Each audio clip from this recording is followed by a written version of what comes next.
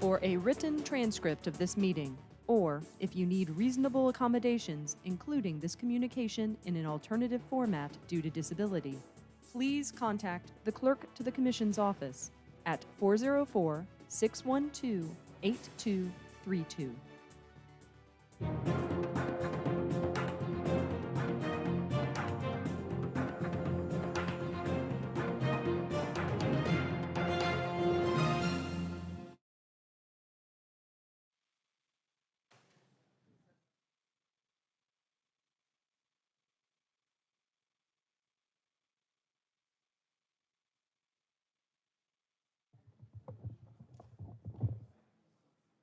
How do you turn this thing on? How do you do this? I got you.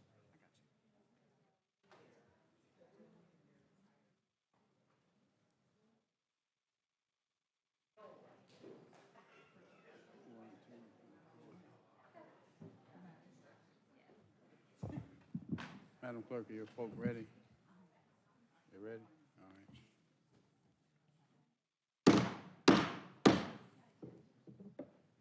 All right, good morning, everyone, and welcome to the regular meeting of the Fulton County Board of Commissioners. Today is September 6, 2023. It is 10:01 a.m. Madam Clerk, please call the roll. Chairman Rob Pitts. Present. Commissioner Bridget Thorne. Present. Vice Chairman Bob Ellis. Present. Commissioner Dana Barrett. Present. Commissioner Natalie Hall. Commissioner Marvin Arrington Jr. Commissioner Khadijah Abdul-Rahman. Present. Mr. Chairman, you have a quorum. Thank you. Please rise for the invocation, followed by the Pledge of Allegiance. Let us pray. Almighty God, we are grateful for this day, for your continued grace and mercy upon our lives. We pray now your peace and your power upon those who are present. Bless now our county leaders. Give them your wisdom and direction and strength. It is in your name we humbly pray. Amen. Amen. I pledge allegiance to the flag of the United States of America and to the for which is one nation.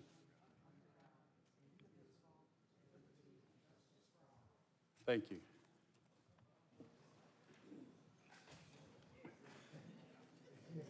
All right. Madam Clerk. On page 2, consent agenda. 230560, adoption of the consent agenda. All matters listed on the consent agenda are considered routine by the County Commission and will be enacted by one motion. No separate discussion will take place on these items. If discussion of any consent agenda item is desired, the item will be moved to the regular meeting agenda for separate consideration. All right. Any items on the consent agenda to be removed for separate consideration? None. All right. Motion to approve the consent agenda as it is by Vice Chair Ellis, seconded by Commissioner Thorne. Please vote. And the vote is open.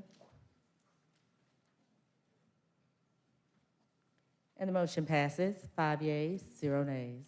On page 8, regular meeting agenda, 230582, adoption of the regular meeting agenda. Mr. Chairman and members of the board, we have amendments to today's regular meeting agenda. First, on page 8, we have a proclamation to be removed, 230584, proclamation recognizing Dwayne Crowder Appreciation Day will be removed. Also, Chairman Pitts has requested to move up item on page 12, 230598, request approval of a resolution censoring the conduct of Commissioner Hall and for related purposes. That item will be heard after a public comment. Anything else? All right, that proclamation recognizing Recovery Month, that should be a Board of Commissioners, not mine. So noted. All right, let's vote on the agenda as amended, please. Motion to approve by, who's that? Vice Chair Ellis, seconded by Commissioner Abdul-Rahman. Let's vote. And the vote is open. And the motion passes, 6 yeas, 0 nays. 230583, ratification of minutes, regular meeting minutes, August 12th. Recess meeting post-agenda minutes, August 16th, 2023. All right, motion to approve by Vice Chair Ellis, seconded by Commissioner Abdul Rahman. Please vote. And the vote is open. And the motion passes, 6 yeas, 0 nays. 230584, presentation of proclamations and certificates. The first proclamation is recognizing Recovery Month, sponsored by the full Board of Commissioners.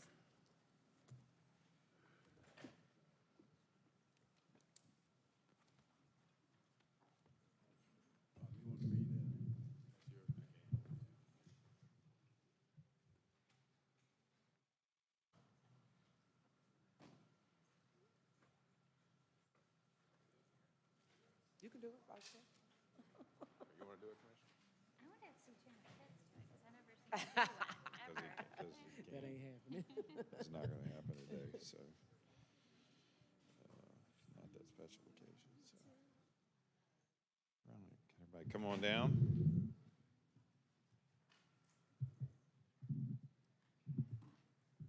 Some people on this side, too. Hello. Overweight. All right. Be out the door over there. We keep going that way. All right. Well, this is a proclamation to recognize Recovery Month. Whereas behavioral health is an essential part of health and one's overall wellness, and recovery from alcohol and other drug use occurs every day through a variety of recovery support resources and treatment programs. And whereas millions of people across the U.S. are in long-term recovery, living happy, healthy, and productive lives. In 2023's Recovery Month theme, recovery is for everyone, every person, every family, every community, the permanent tagline for Recovery Month moving forward, and work continues to educate others about substance use disorders and co-occurring disorders, the effectiveness of treatment and recovery services, and that recovery is possible. And whereas education about recovery and addiction is essential to combating the stigma and discrimination faced by people in recovery, and is needed by all Georgians, including public health and safety officials, the workforce, older adults, and families. And whereas to help more people achieve and sustain long-term recovery, the U.S. Department of Health and Human Services, the Substance Abuse and Mental Health Services Administration, the White House Office of National Drug Control Policy, the Alcohol and Drug Abuse Certification Board of Georgia, the Association of Community Service Boards, the Department of Behavioral Health and Developmental Disabilities, the Georgia Addiction Counselors Association, the Georgia Association of Recovery Residences, and the Georgia Council on Substance Abuse invite all residents of the state of Georgia to participate in National Recovery Month. Now, therefore, be it resolved that the Fulton County Board of Commissioners calls upon its citizens to observe National Recovery Month and support the 2023 theme of Recovery is for everyone, every person, every family, every community, and does hereby proclaim September 2023 as Recovery Month in Fulton County, Georgia. All right. Now, who's going to speak on behalf of this distinguished group? So, all right, fantastic. Come on up here. Good morning, everyone. I am Lynette Allen, opioid coordinator for Fulton County, and speaking on behalf of our director, Ms. Latrina Foster, Director of Behavioral Health and Developmental Disabilities. I'd like to thank our entire Board of Commissioners for proclaiming National Recovery Month here in Fulton County, Georgia, this September 2023. And of course, speaking for all of those who may be impacted by substance use, mental health, or co-occurring disorders, we'd like to just provide awareness for the community, but letting families, children, friends, loved ones, letting everyone know that recovery is possible for all. Thank you.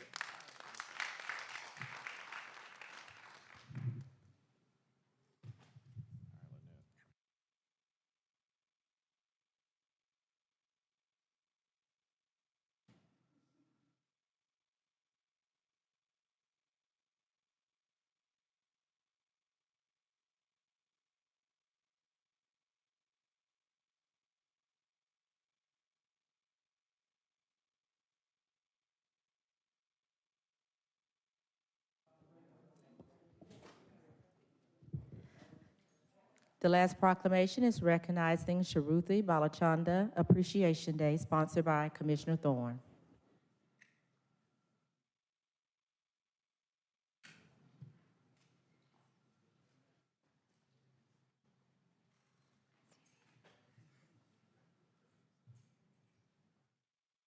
grandma has a little problem. That's okay, we can wait on it.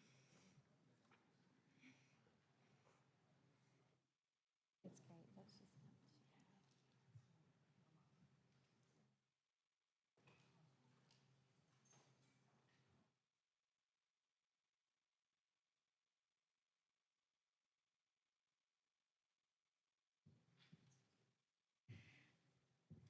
So I just wanted to recognize Shruti today. She's a Northview High School student in Johns Creek in my district, and she is just an amazing academic achiever. She's active in the community, and she was awarded a prestigious STAMP scholarship while here a student at Georgia State. So we're very proud of her, and we look forward to seeing what she's going to do and what her future holds for her. She hopes to work, maybe intern a little bit with the Superior Court and pursue law school after her Georgia State career here. So today, I'm proud to give this proclamation. Whereas Shruti Balachander is a native of India and relocated to the United States with her family when she was 11 years old. Her family chose Johns Creek, Georgia as their home, where Shruti has thrived and excelled. And whereas Shruti is a graduate of Northview High School in Duluth, where she was the president of 4 clubs, the Psychology Honor Society, the Kaleidoscope Club, TEDx, and the school's magnet program through the 3DE Advisory Board. And whereas Shruti was awarded Super Honor Roll every year of her high school career, served as a Georgia Secretary of State ambassador, worked as a KPMG high school intern, served as a member of student leadership Johns Creek, and graduated magna cum laude in the spring of 2023. And Shruti's passion for business and civics has led her to pursue a dual degree in business administration and pre-law from Georgia State University, where she is a freshman and stamps scholar. And Shruti has dedicated her time to fulfill her civic duties as a Fulton County government election poll technician. Now, therefore, be it resolved that the Fulton County Board of Commissioners recognizes Shruti Balachander for her outstanding example as a scholar and a civic leader, and does hereby proclaim Wednesday, September 6, 2023, as Shruti Balachander Appreciation Day in Fulton County, Georgia. Do you want to say anything? Or you don't have to. You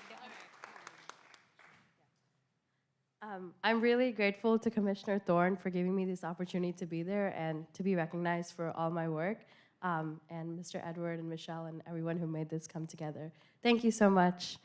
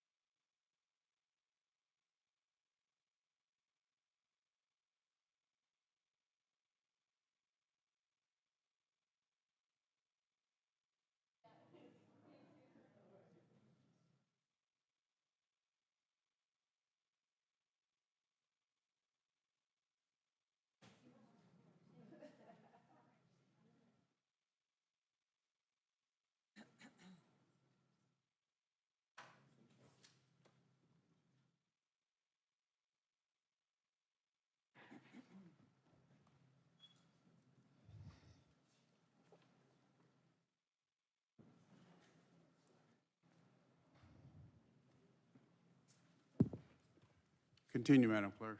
On page 9, public hearings, 230585, public comment.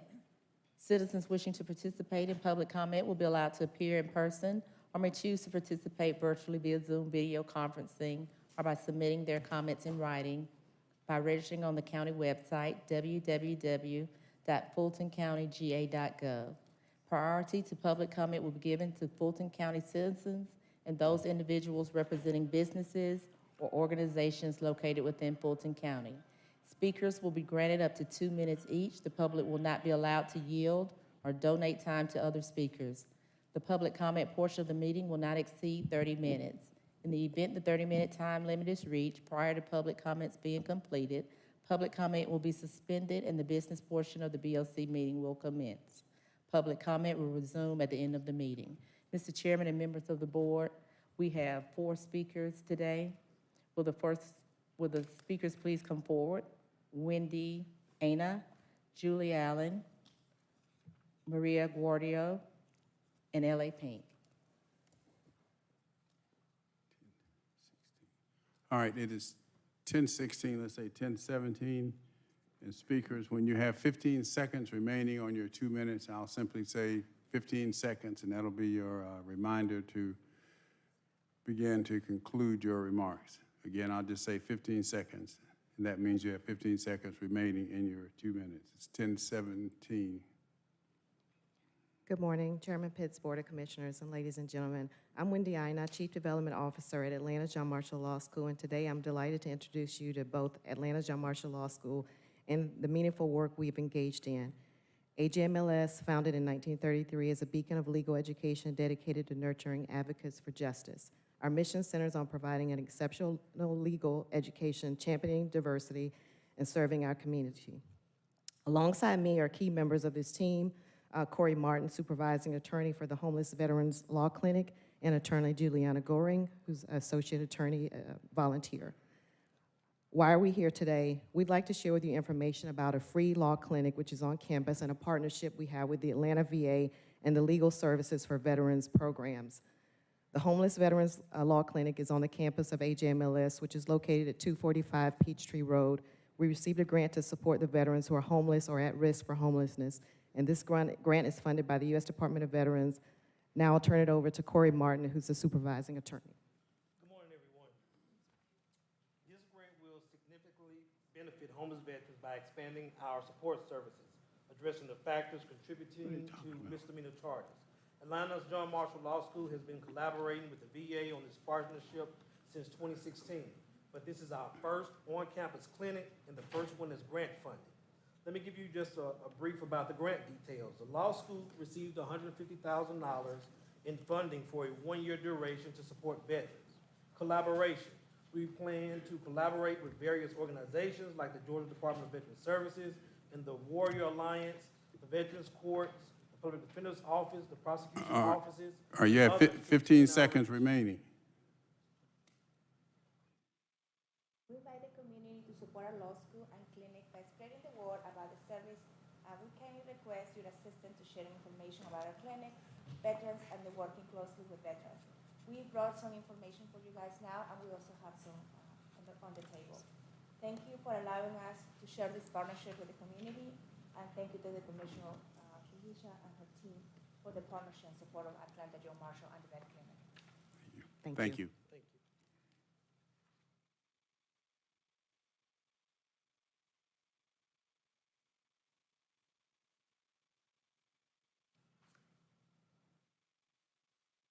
Good morning, Julie Allen, District 3.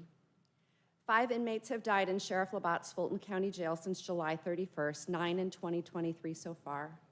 Is this the same Patrick Labatt featured in a soft porn series called The Closet, filmed in Atlanta, with Patrick Labatt named in the credits? Labatt insisted on Trump's mugshot at his death trap jail. The inmate that died last week stated days before his death, "I'm in a cell in isolation with no water, no working toilet, sleeping on a hard metal floor, and then they decreased my food." Fonnie Willis has yet to even indict him. Now he's dead. How many violent criminals cases are not being prosecuted? Isn't it an abuse of power, taxpayer resources, 2024 election interference to politically prosecute Donald Trump and 18 others? Why was Cobb County Attorney Nathan Wade, specializing in personal injury, family law, and contract disputes, paid more than $500,000 to prosecute Donald Trump? Why is she not investigating why the ACLU illegally accessed Georgia's election system on their personal computers, admitted by the election board in Curling versus Raffensperger? An investigation uncovered connections between Fonnie Willis' election fraud and a massive money laundering network of campaign finance contributions being made via Act Blue. Who holds her accountable? In this photo, it appears Commissioners Dana Barrett and Natalie Hall are girls who just want to have fun with Fonnie Willis. We can't afford to have our state or federal government corrupt DA offices' quest for national fame through political witch hunts. Yet Commissioner Barrett today submits a resolution urging Congress and the General Assembly to not reduce her GalPAL's funding. A Fulton County Elections Department audit has revealed major failures in administration, financial management, and security.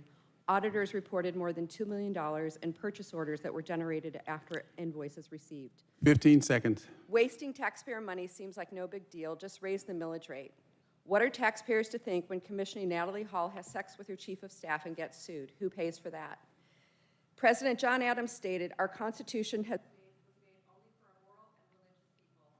It is wholly inadequate to government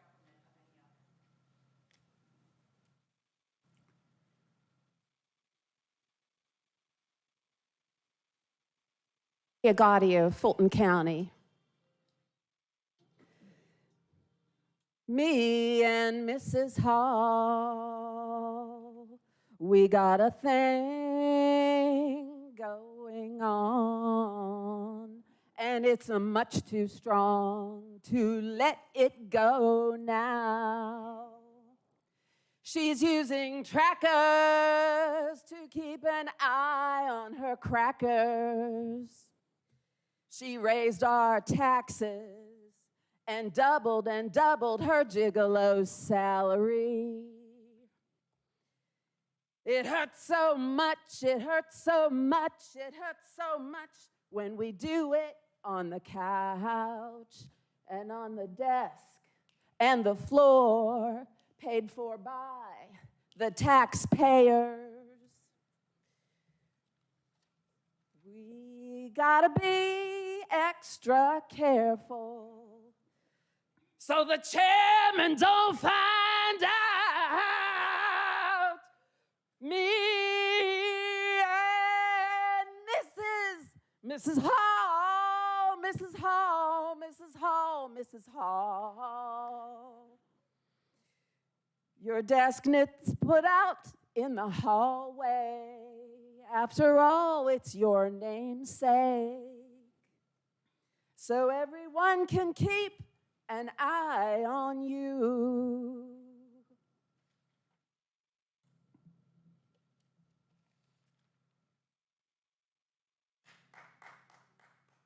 Next speaker.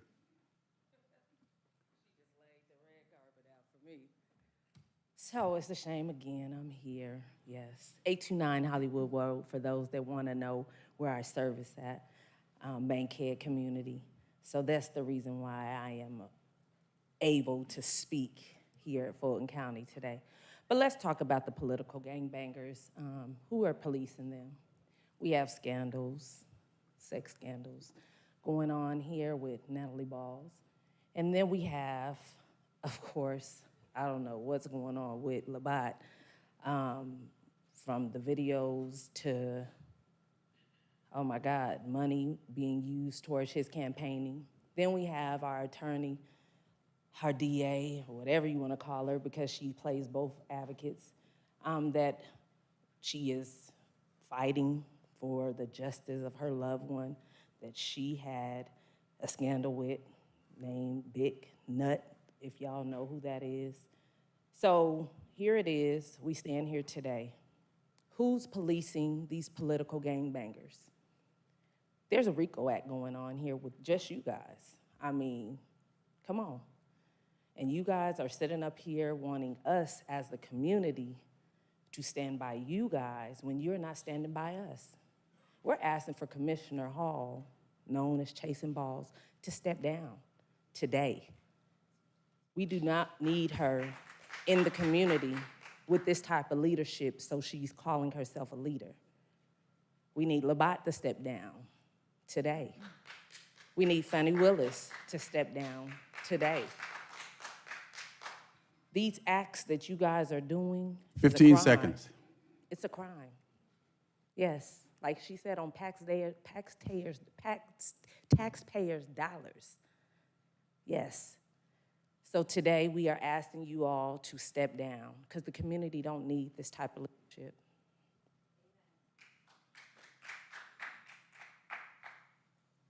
No further speakers. We don't have any on Zoom or email comments.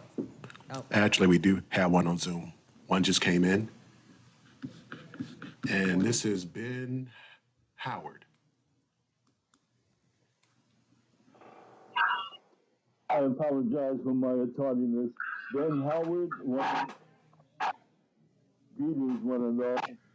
To the Department of Senior Services, this critical year, please include a line item on the Commission on Elder Affairs agendas so its members can actively participate in Fulton County budgetary matters.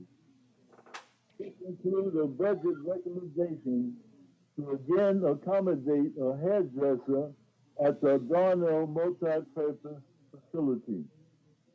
To the Fulton County Commission on Disability Affairs, item 1, please arrange to make a presentation to the Commission on Elder Affairs with a view towards the two commissions engaging in joint projects of mutual benefit to senior citizens.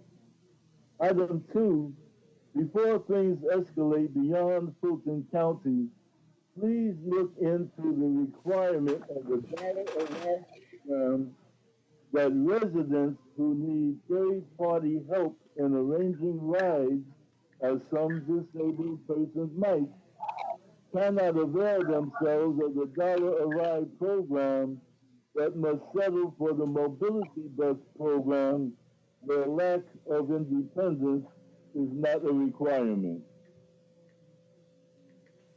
And this concludes the Zoom public comments. No others? Commissioner Arrington, do you seek recognition now? No? No? Okay, continue, Madam Clerk. Okay, the next item that was moved up on page 12, 230598, request approval of resolution censoring the Mr. Chair, I'm sorry, I do want to speak now. Let her sound that then you can. No, sir. No, sir. This is an item that belongs in executive session. So I have a point of order. Okay. This item should be in executive session because it is pending, there is pending litigation, and it is a personnel matter. We never discuss litigation nor personnel matters on a public agenda. This is a first. It is absolutely unprecedented. Absolutely unprecedented. It is a violation of our policies, our procedures, and our practices to have an item like this on a public agenda. And so the point of order is not only is it in litigation and not only is it a personnel matter, two different things that qualify this matter for executive session, but it's in fact litigation over a personnel matter. And so for that reason, this item never should have made it to a public agenda. And it is inappropriate for us to have it. So that's my point of order. All right, Commissioner Abdul-Rahman. Thank you, Chairman. County Attorney, I would like to place a question to you. County Attorney, who we pay as the County Attorney, would you please weigh on if this is a item that must be discussed in executive session, or is it an item that can be done for public view? So this item, as Commissioner Arrington and I have previously discussed, it's my opinion that it is a statement of the opinion of several commissioners on a matter of public record and also public interest. And it is a statement of your opinion that is separate and distinct from the legal issues that are being decided in the matter of Brock versus Fulton County. So it is not mandated to be discussed only in executive session. Thank you for your opinion that this body asked that you to give and weigh in. Chairman, I would say at this point, former President Clinton was accused of fellatio in the White House, and there was an impeachment proceeding. This is not an impeachment proceeding. This is a censure. This legislative body has been duly sworn by each and every constituent of Fulton County to uphold the taxpayers' right to an open, fair process publicly done in the open, not behind closed doors because of personal preference. So I would ask that this body listen to our county attorney, who is well-versed. We voted her in unanimously, and she has rendered an opinion openly on this, and I believe we should move the agenda forward. Thank you. Commissioner Arrington. Madam County Attorney, you stated that you believe that this is a separate matter than the pending EEOC matter. Yes, and the facts that are stated in the resolution are not inconsistent with our legal position in the Brock matter.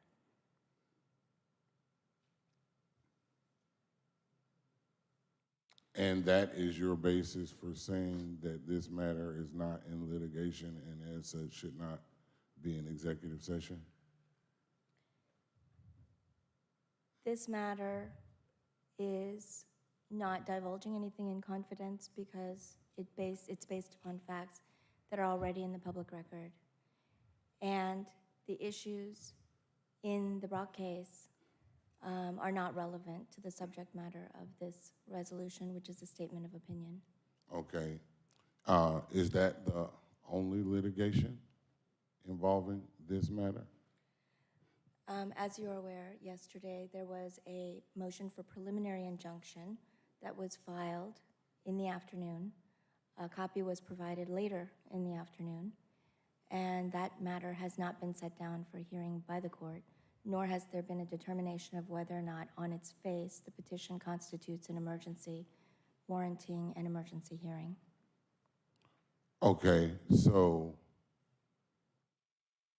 I'm just trying to follow you. So you're saying that the Brock matter is a separate matter. Is the lawsuit that was filed yesterday afternoon, is that a separate matter, or is that pending litigation that would require this item to be heard in executive session? It is pending litigation. It is. But it doesn't the filing of a TRO happens with government with some regularity, and it does not automatically shut down the legislative body's ability to conduct its business. Okay, so what would be your advice to a client who has a matter currently pending before a judge? Wouldn't it be prudent for that client to wait until the judge rules? What is the lawsuit requesting? The lawsuit is requesting, actually, the prayer for relief says that it wants this entire BOC meeting shut down today.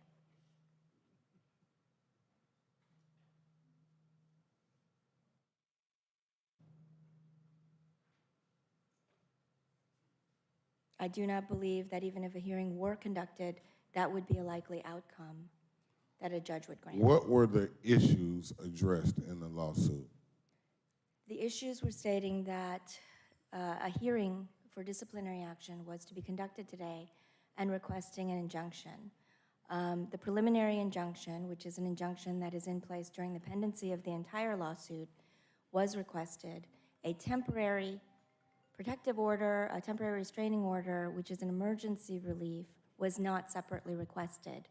Therefore, it did not seem likely that any court action would impact today's proceedings because, number one, the relief requested is not something that a court would grant, and number two, a separate temporary relief was not requested.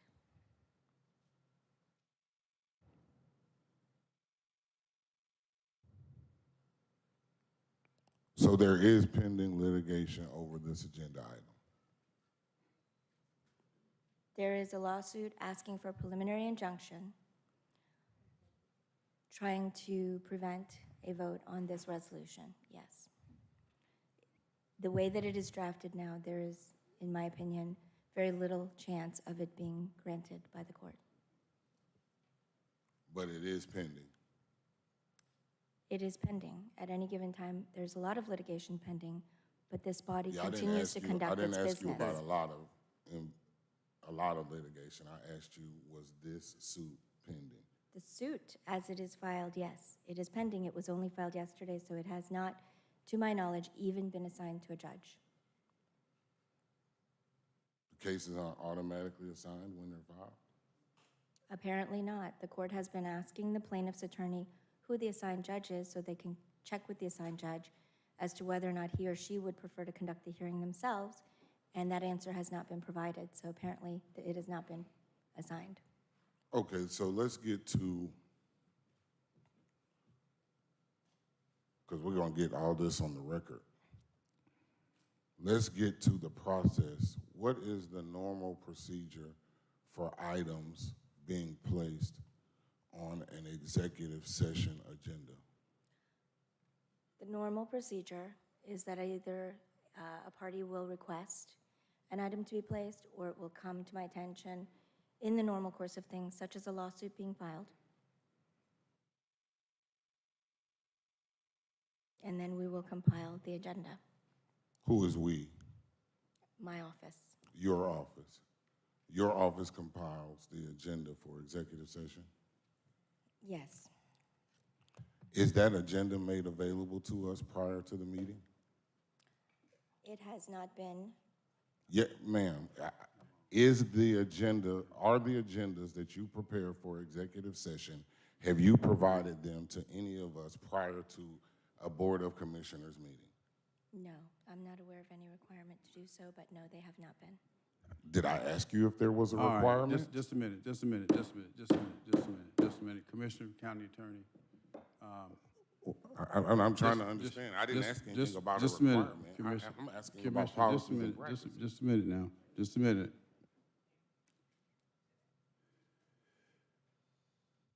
Commissioner Arrington asked to be recognized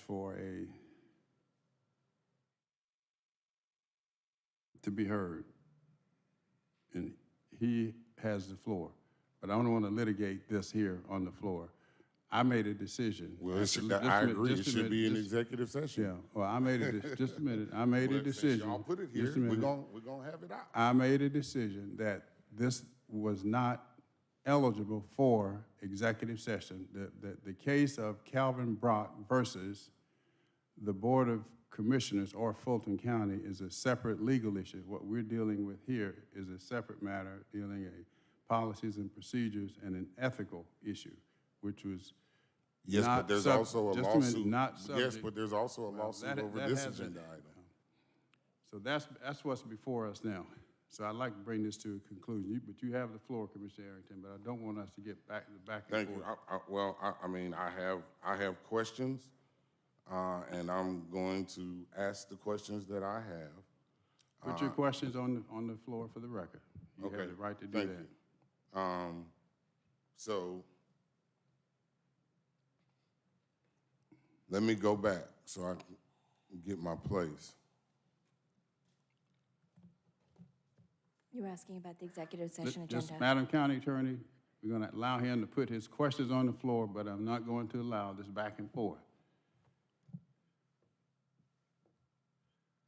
Well, I certainly want I'm asking the county attorney questions, Another commissioner just asked their county attorney a question, and I expect my questions to be answered. So let's be clear about that. Now, so the Board of Commissioners does not receive copies of the executive session agendas prior to board meetings. Is that correct? Correct. All right. And when do the Board of Commissioners get copies of the executive session agenda items from your office? At the outset of the executive session. Why do you place items on the executive session agenda? To bring them to the commission's attention if they are eligible for discussion in executive session. What qualifies an item to be placed on the executive session agenda? If they meet the statutory requirements for exemption from open meetings. What are those statutory requirements? They may be regarding certain topics, including personnel, litigation, real estate. There may be? I'm sorry, I didn't understand the question. I asked you what were the topics, and you said there may be. I said they may fall into one of those categories. It depends on the topic. It depends on the item. So are there anything other than those, than litigation, personnel, and real estate that would qualify an item to be placed on an executive session agenda? Certain other confidential matters. Excuse me? Certain other confidential matters. And attorney-client privilege matters.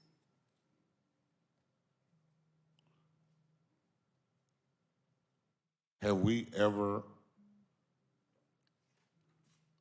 aren't we required to state the purposes for executive session before when we make the motion to go into executive session?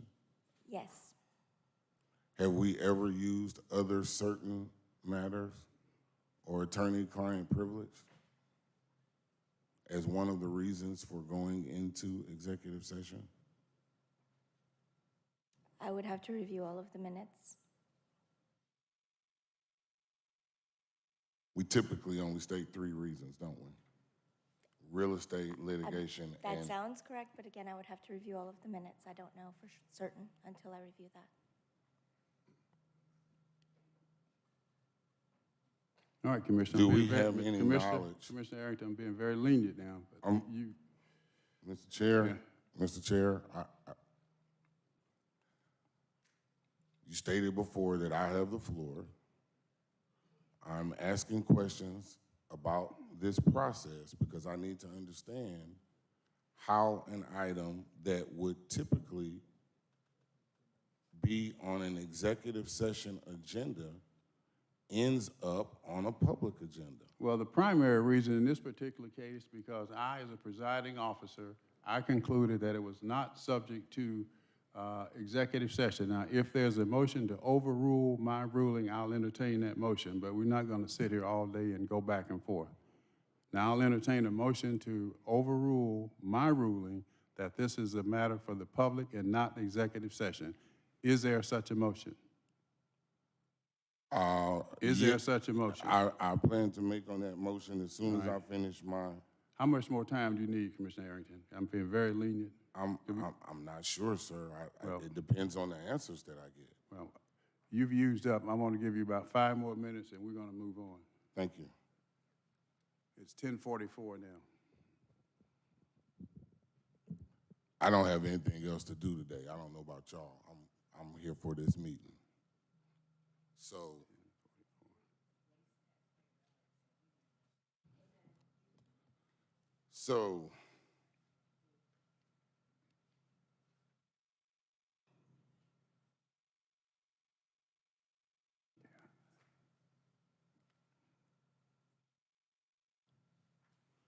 We don't have knowledge of the executive session agenda items. The Board of Commissioners doesn't have knowledge of executive session agenda items prior to a board meeting, right? Correct. And we get a copy of those executive session agenda items from you and your office, typically at a board meeting, right? That's correct. So how could he just say he overruled and said it? If we never get executive session agenda items until we go back there for executive session, when would he have had an opportunity to determine that this was not something for executive session?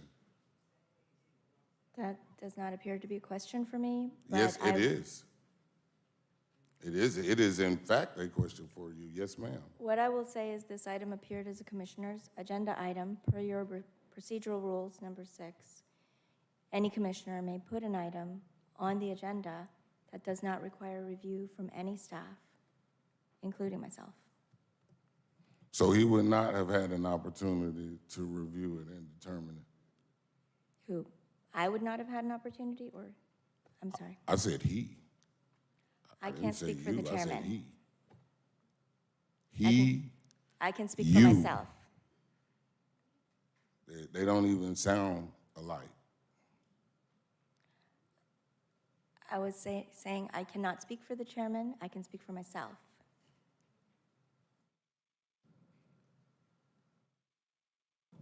Has there ever been any other time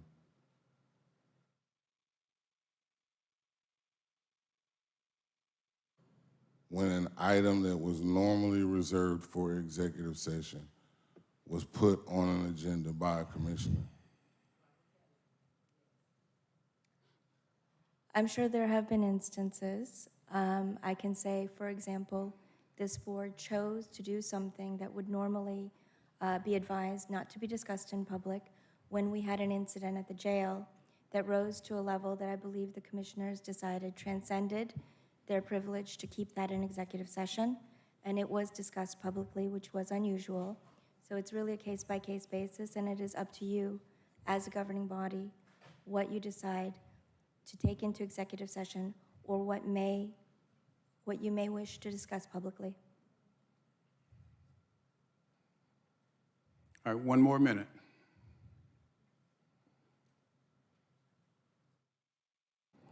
I'll stop there for now. All right, Commissioner Ellis, you have the floor. Thank you, Mr. Chair. I think it's unfortunate that we are having to have this discussion period, and certainly probably not a pleasant conversation any of us look forward to as we came in today. But it is before us, and it's unfortunate we're trying to obfuscate or filibuster the issue as opposed to sort of deal directly with the underlying issue. This isn't a legal matter. The two notes within the context of the censure resolution, which, if you read the definition of censure, or phrases related to that, they speak to, strong disapproval, reprimand by a body, those sorts of things. This carries no legal, implication to it. It doesn't remove said commissioner from office. If passed, it doesn't prevent said individual from being able to discharge their duties. It's an expression of speech by the majority of the body. So the notion that somebody could file a temporary injunction to try to prevent free speech is just, that's a joke, okay? And that shouldn't even be given any consideration whatsoever.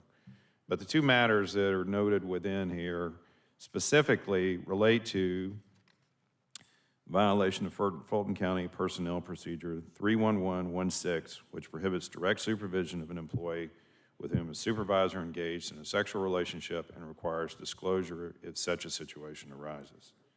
And the second is failure to take appropriate remedial measures regarding another employee on staff despite flagrant misuse of county property. All right, these are not legal matters. These are matters of fact. They're not in dispute.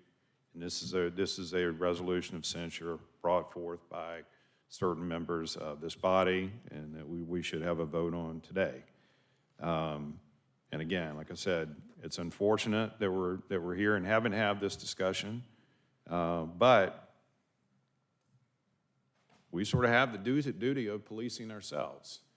You know, if one of the employees that reported to us had done the types of things that are mentioned here in the censure, they would be fired, okay? So just to point out sort of the gravity of what we're talking about. Obviously, we don't have the ability to fire one another. That's, you know, sort of different context in the way of elected officials. But we do have the ability to, you know, express our public disapproval. And, you know, we didn't create the issue. It's not our fault, but we're going to speak on it collectively as a body, one way or the other. And nobody's going to obfuscate the issue or use some trying to tricky legal mechanisms to try to hide all that. It needs to be out in the open. We need to speak to it, express our views on it, and move on. Commissioner Thorne? I'm sorry, Commissioner Sure. Abdul-Rahman. Thank you, Chairman. I have a question. Was this item sounded correctly, Chairman? Or are we waiting to sound it? I'm concerned about that. She never finished sounding up the whole item. Okay, so that will, clerk, you are going to sound it at some point? Yes. Okay. Chairman, I'm disappointed, but I just want to take a point of personal privilege. This community mourns the death of two beloved Morehouse students, Hugh Douglas and Christian Fowles Jr. And the reason I'm interjecting that now is because these was two bright stars in the community that died tragically in a car wreck on Sunday.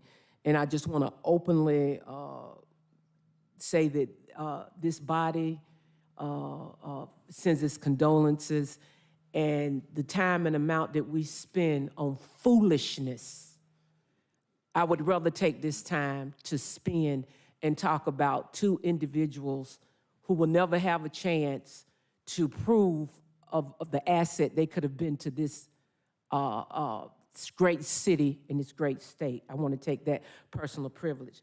Now, what I would like to get into, Chairman, and if you would just allow me a few moments, I just want to make a quick statement. And the reason that I want to make this statement is that I went to look into this action of censure and had this body ever censored anybody. And to my knowledge, I couldn't find anything. I could not find anything in the history of this body being here that someone had been censored. All right, I can answer that. I've been here longer than anybody here. There's been one censor resolution that was read out loud, which we will do, and that was years ago when then Commissioner Lynn Riley was accused of leaking some information that was discussed in executive session.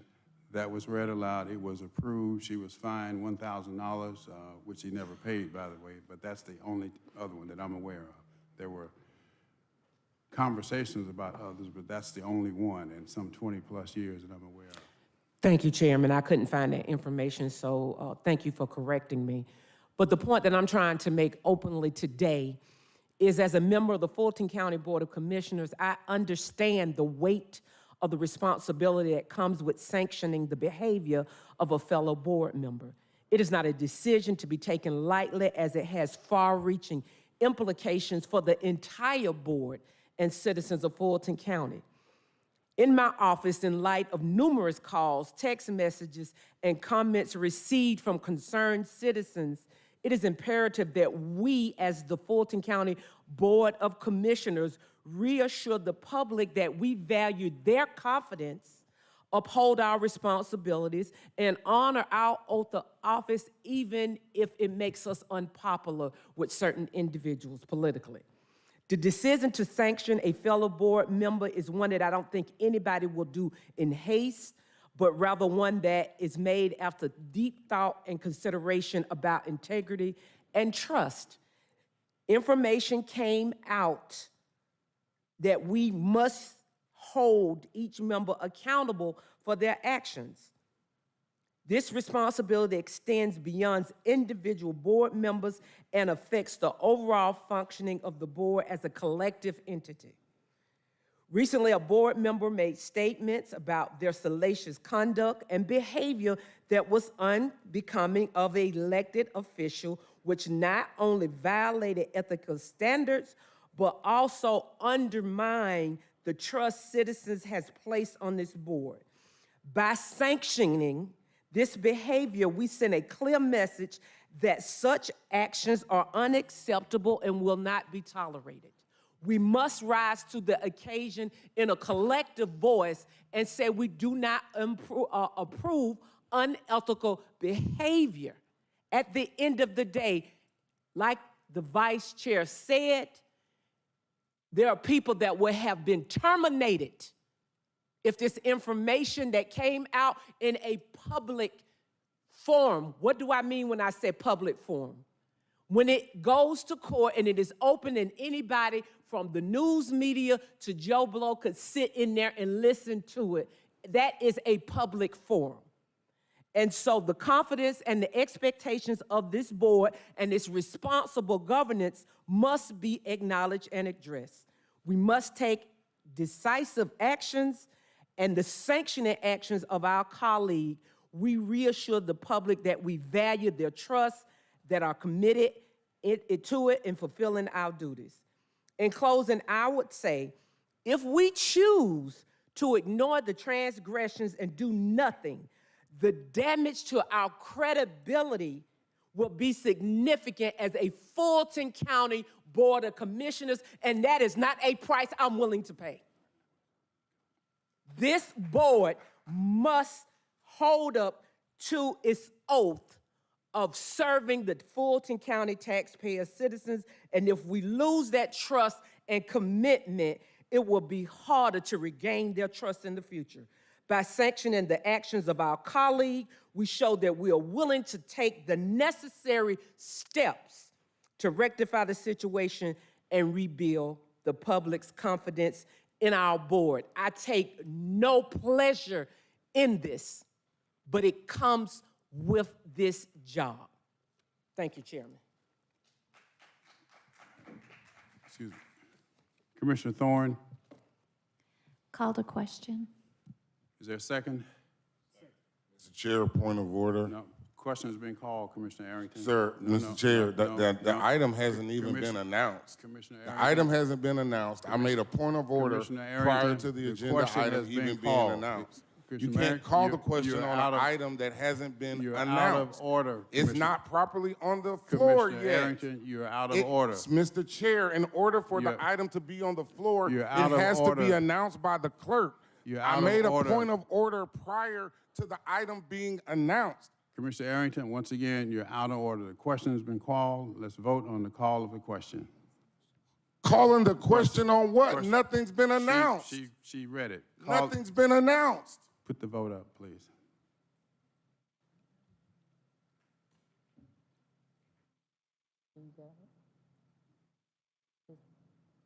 And the motion on the floor is to, the main motion on the floor is to approve. Now, the call on the question. That motion was made by Commissioner. Approve what? Vice- There's no Vice- agenda item that's been announced. Vice Chair Ellis, seconded by Commissioner Abdul-Rahman. So, Mr. Chair, just as a point of order, this is to request approval of a resolution by the Fulton County Board of Commissioners censuring the conduct of Commissioner Natalie Hall, District 4, and for related purposes. That's correct. That's correct. And call on the Okay, question. then I would Just like a- to be in the queue to be heard on that matter. No. Now that we have announced it, I would like to be placed in the queue to be heard on that matter. Let's vote on calling of the question. And the vote is open.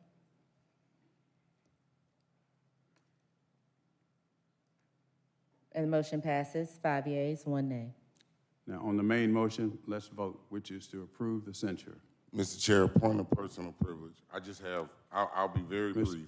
I'll be Commissioner very brief. Arrington, we go directly to the vote. No I'll be no very brief. further I have to discussion. say this. I'm sorry, Mr. No Chair. further Point of discussion. personal privilege. No further commercial. Sir, this, I have to get Out of this order. on the Commissioner record. Arrington, you're out of order, please. Sir, You're out of I have order. to get this Put on the vote record. up. The item Put was the not vote up. properly announced. The item Put has the- just now Madam been Clerk. announced.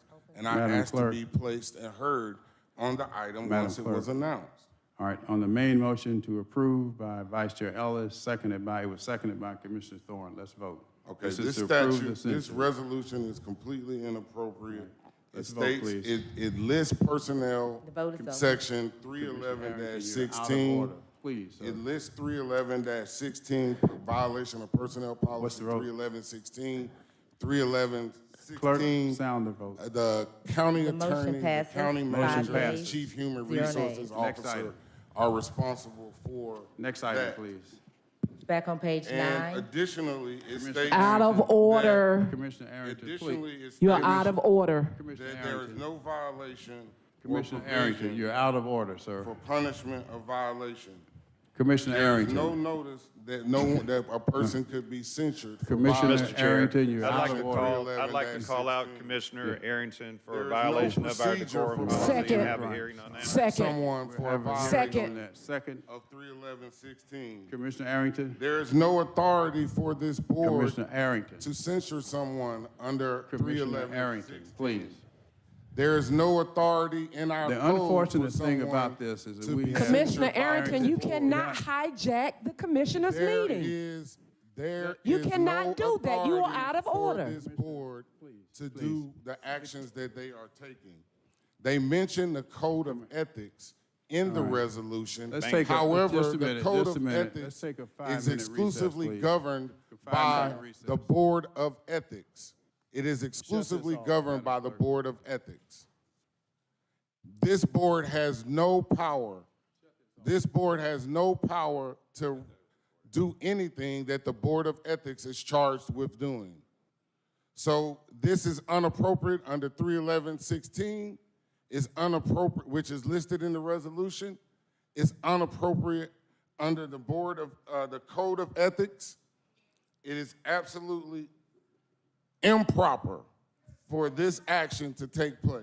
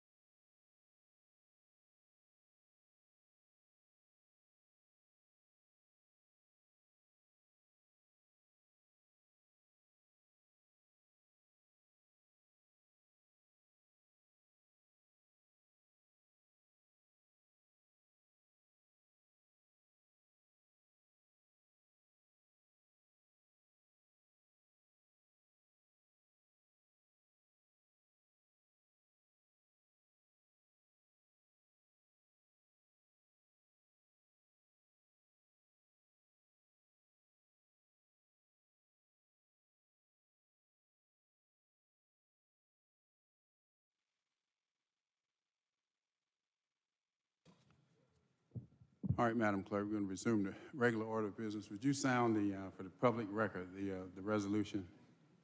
Read it into the public record, which is the custom. Then there's another motion we'll need to take up.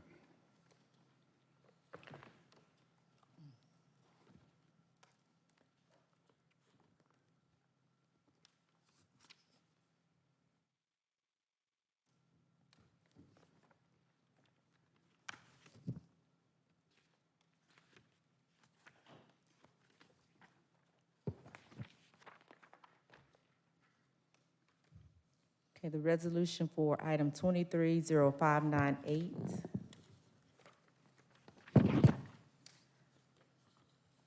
A resolution by the Fulton County Board of Commissioners censoring the conduct of Commissioner Natalie Hall, District 4, and for other purposes. Whereas members of the Fulton County Board of Commissioners are expected to adhere to the highest standards of professionalism and integrity while conducting the business of Fulton County on behalf of its residents. And whereas all members of the Fulton County Board of Commissioners take a solemn oath to well and truly discharge the duties of Commissioner for Fulton County, Georgia, in all matters which require official action, and to act with good judgment in a manner that will be conducive to the best interest of Fulton County. And whereas the recent hearing in the case of Calvin Brock versus Fulton County Board of Commissioners, an EEOC matter, has publicly revealed facts regarding the conduct of Commissioner Natalie Hall that constitutes lapse in judgment and failure to safeguard the best interest of Fulton County, resulting in damage to the reputation of Fulton County and the Board of Commissioners. And whereas this EEOC matter arose from Commissioner Natalie Hall's decision to engage in a sexual relationship with her then Chief of Staff, who is now seeking monetary damages against Fulton County for sexual harassment and retaliation in violation of federal employment laws. And whereas such consensual relationships that may not be sexual harassment under Fulton employment laws still violate Fulton County Personnel Procedure 311-16, which prohibits direct supervision of an employee with whom a supervisor is engaged in a sexual relationship and requires disclosure if such a situation arises. And whereas such consensual relationships that may not be sexual harassment under federal employment law still appear to violate Fulton County's Code of Ethics, Section 2-66B-C, requiring county officers and employees to avoid even the appearance of a conflict of interest or the appearance of impropriety by avoiding conduct of circumstances that would provide a reasonable basis for the impression that a person can improperly influence or unduly enjoy the officer's or employee's favor in the performance of his or her official acts or actions.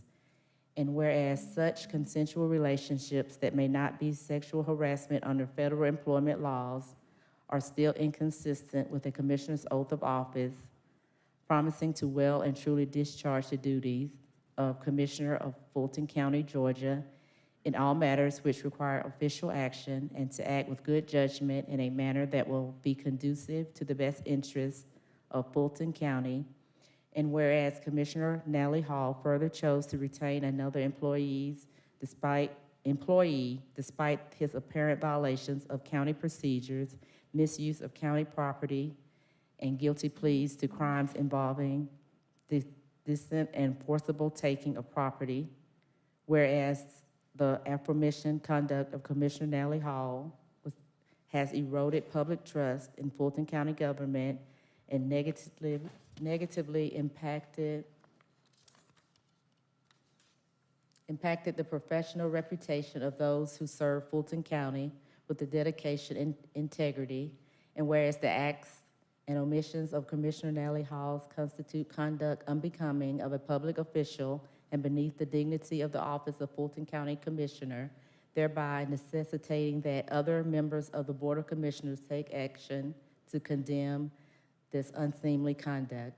And whereas the purpose of censoring is to formally express severe disapproval which is appropriate where professional conduct falls short of the maximum standard.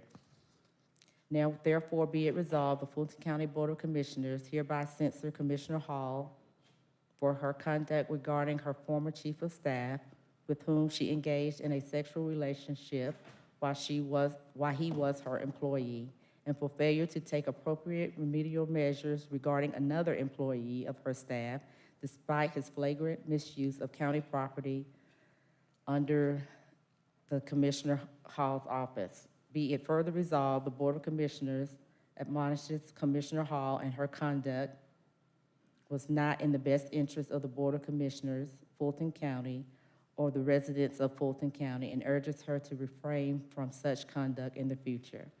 But it finally resolved that this resolution shall become effective upon adoption. Mr. Chair, now that the item has been announced, I would like to be heard. You have the floor, Commissioner. Thank you, Mr. Chair. I promise to be brief. This resolution mentions a violation of Personnel Policy 311-16. However, Personnel Policy 311-16 does not have any provision for violations of Personnel Policy 311-16. Personnel Policy 311-16 states that it shall be implemented by the county manager, the chief HR officer, and the county attorney, not the Board of Commissioners. There is no notice to anyone that if they violate Personnel Policy 311-16 that they would be subject to a censure. There is no procedure nor authority for the board to punish anyone for violating Personnel Policy 311-16. Further, the resolution states that there is an ethics violation, and the exclusive means for determining whether an ethics violation exists in Fulton County is to file a claim with the Ethics Board and to have them make a determination as to whether a violation of the Ethics Code is founded or sustained. That has not happened. So the resolution lists two statutes, but it doesn't punish under either of those statutes. There is no authority for doing what has been done. There is authority for censuring a commissioner under the decorum policy. There's authority for doing that. There's also authority for censuring a commissioner in an executive session for violating the confidential information that is shared in an executive session.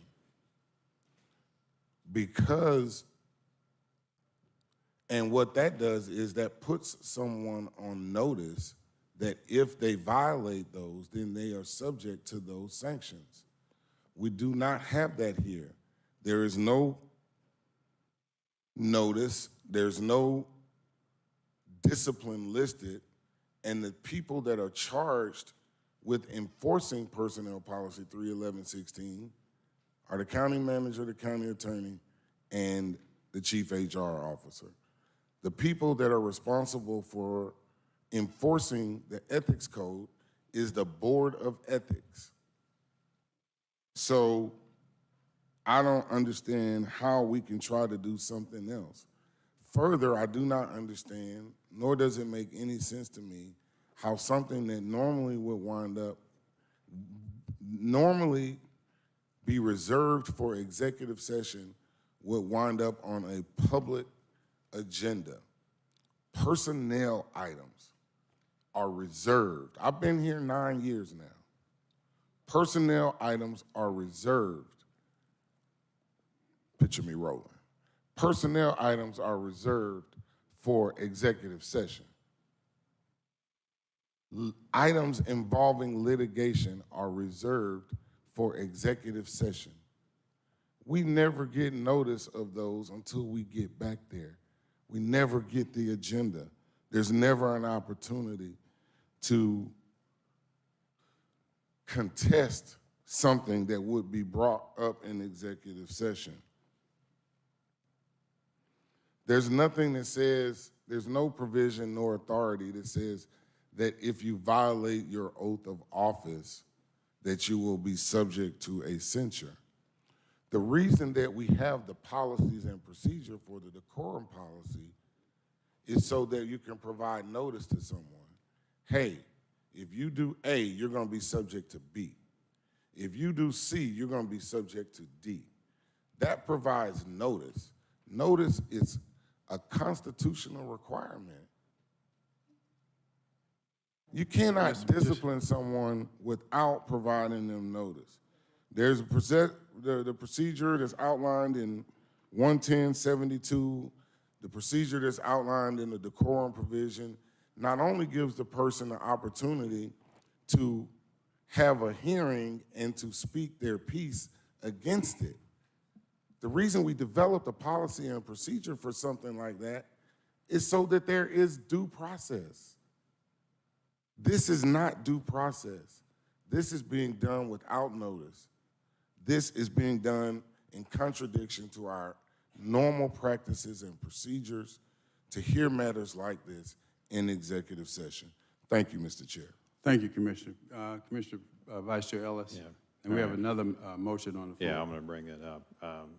I just want to say that everything Commissioner Herring said is factually wrong.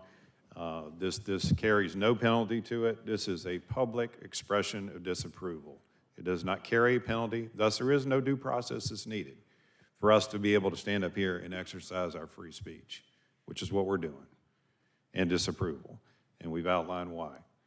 There's no requirement that we give any hearing, give any notice, give any such thing, such that, all right? And our decorum policy is not meant to deal with issues like that, okay?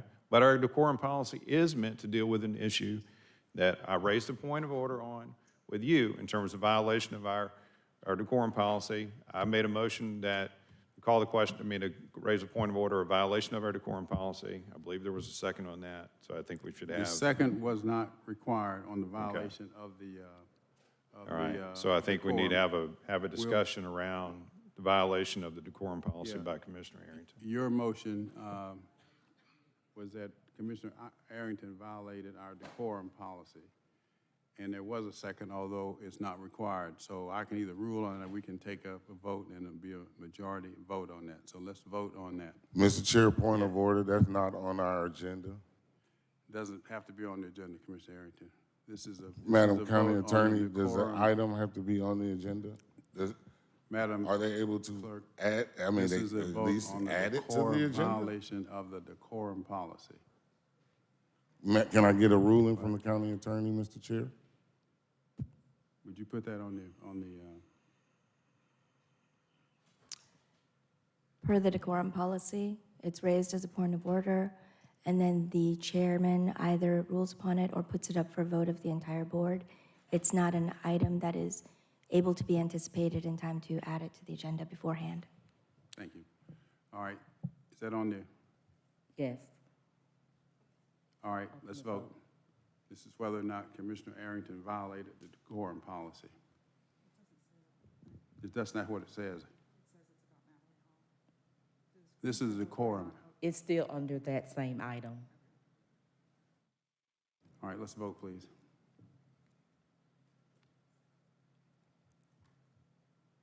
And the motion passes, 5 yeas, 1 nay. All right, next item. Back on page 9, under County Manager's items, Open and Responsible Government, 230586, Finance, Review and Approval of the September 6, 2023 Budget Soundings. Madam CFO. Thank you, Mr. Chairman. Items that are before the board today are all related to the Board of Registration and Elections, some additions to the annual hardware, software maintenance list. All of them are related to the Dominion voting system. There is no budgetary impact. This is all to increase the spending authority under the Dominion agreements. All right, questions or comments? All right, motion to approve. I'm sorry. I almost called you coach again. Commissioner Thorne. I just had a question. It has on the second item with Dominion Voting, the ImageCast Central firmware, the expenditure was $7,000 and it's gone up to $21,000. Why such a drastic increase?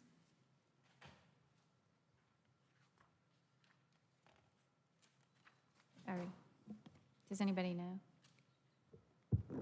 I don't see anyone from elections that's present. When I asked a similar question, the response that I received was that Dominion's invoice exceeded the amount that we had anticipated and had included on the AML list, which was based off of the previous year's invoiced amount. So on that particular one, other than they're just trying to cover the amount that Dominion invoiced, I don't have any other specific reason. Okay. Yeah, I just am not a big fan of the Dominion system, and this is just for warranting, licensing, and basically we're spending almost $250,000 a year just on an annual basis of the equipment. So I was just curious why a warranty would almost triple or more than triple in 1 year. So.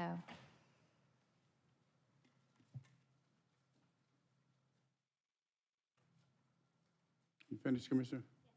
All right, motion on the floor is to approve. Motion to approve by Commissioner Hall, seconded by Vice Chair Ellis. Please vote. And the vote is open.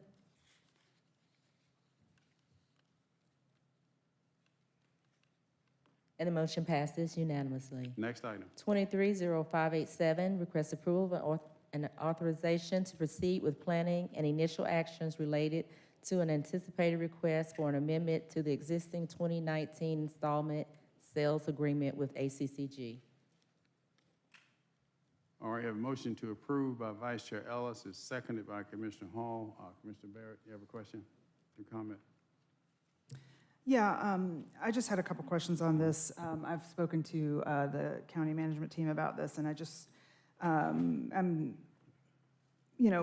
concerned that we are looking to borrow about $11 million here when we did not go up on our millage rate, and we are going to be putting ourselves in a position to pay, I believe it is $1.3 million per year on debt service for this for the next 11 years. Do I have that correct, Madam CFO?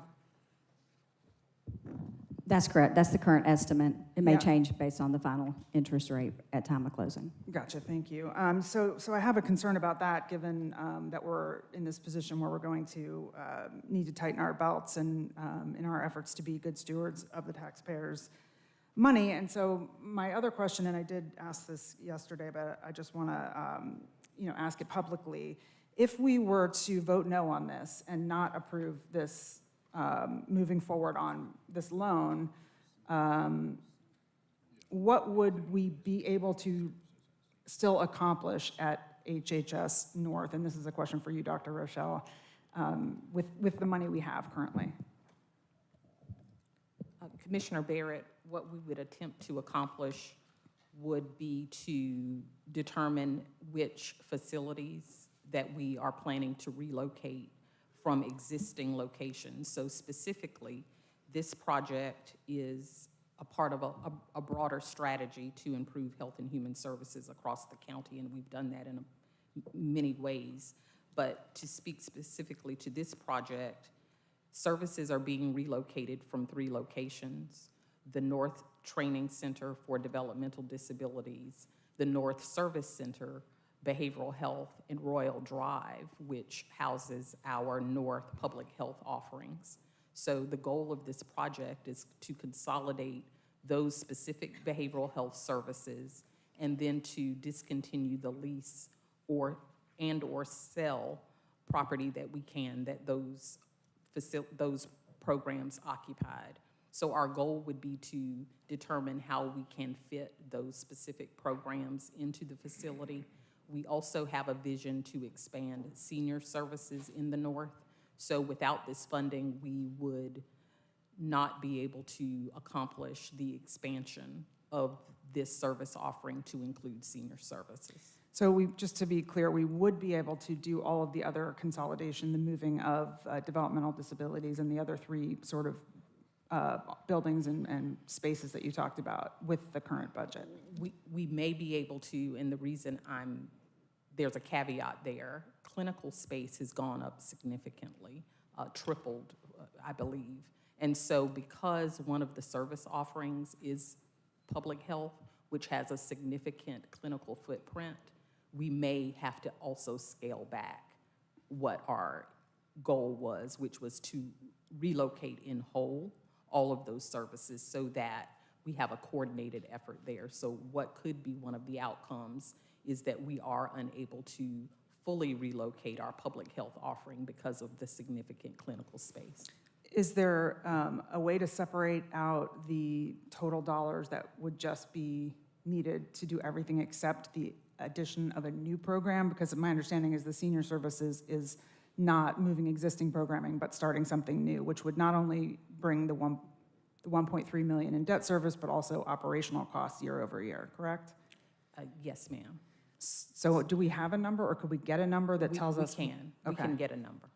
Because I think it might be beneficial to hold this until, and if there's a lesser number that we could borrow that would lower our year-by-year outlay, but still be able to consolidate all of the existing services into that location and just at least temporarily hold off on adding the senior services because of the position that we're in terms of the need to borrow money, obviously, for the replacement jail project and the difficulties that's going to place on our budget. So I'd love to just make a motion to hold this until we have further information.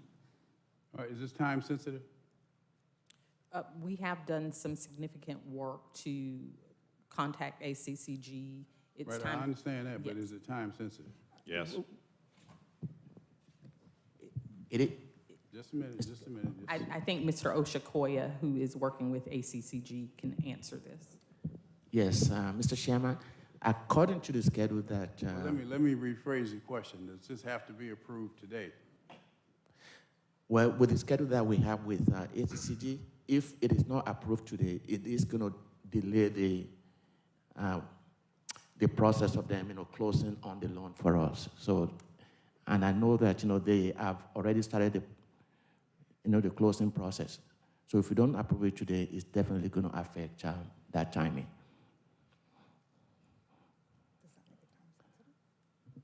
Well, I'm sure that, okay. Commissioner Ellis, Vice Chair Ellis. Yeah. Well, I would hope that we would vote favorably upon this today and not delay it further. This building was purchased in 2019 with the intention of acting upon this, and it's been delayed for a significant period of time. And a vote against this today is to say that for the 37% of the population that resides in that part of the county that are in need of public health services, mental health services, developmental disability services, and senior services, that you take a back seat. And you can continue to take a back seat while we fund things that don't really provide a lot of impact or service, and we delay things for you and allow you to be served in dilapidated facilities, inconvenient facilities. We have a great plan for this. When it was purchased, we got delayed by COVID. We should not delay it any further, and we should move forward, and I hope there's a favorable vote on it today.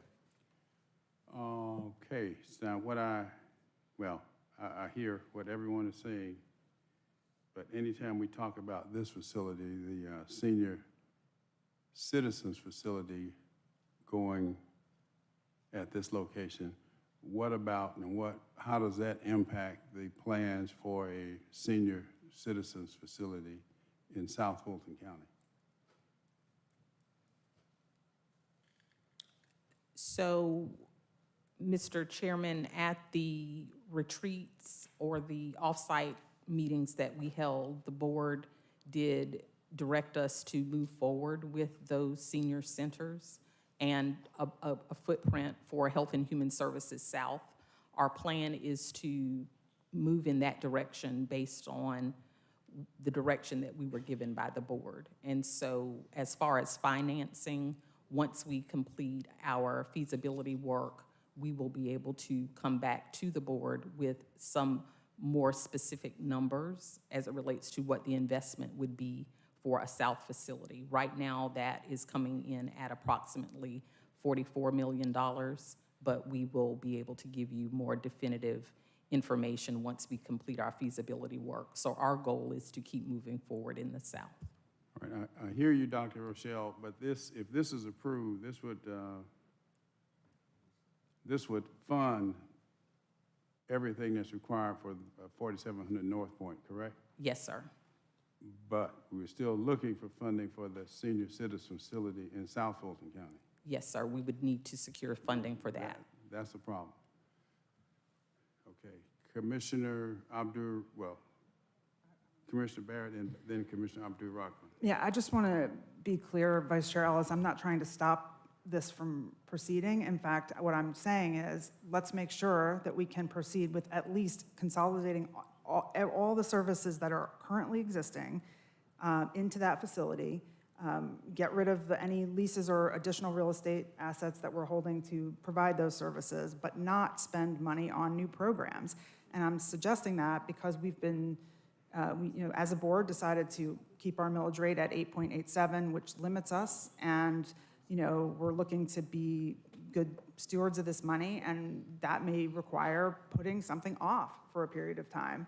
And I recognize that we would love to do all things for all people, but this is one of those moments where we can still move forward. We can get the folks out of their the buildings that are falling apart and those things, but we may have to just make some tough decisions. And I'm just suggesting that this is one of those places where we could at least temporarily, do the senior center part of it only later, but provide all the rest of the behavioral health services and Dr. Rochelle, I guess, can give us a list if needed of the other services that are going to be in that building. But I'm not trying to stop the progress. I'm just trying to slow it down as it relates to anything additional that's going to add not only this cost of borrowing this money, but also operational costs going forward. And if we move forward, we're going to be obligated to both paying the debt service and additional operating costs, which at this moment, we can't afford. We don't have enough money in the budget to do the things we need to do next year. So,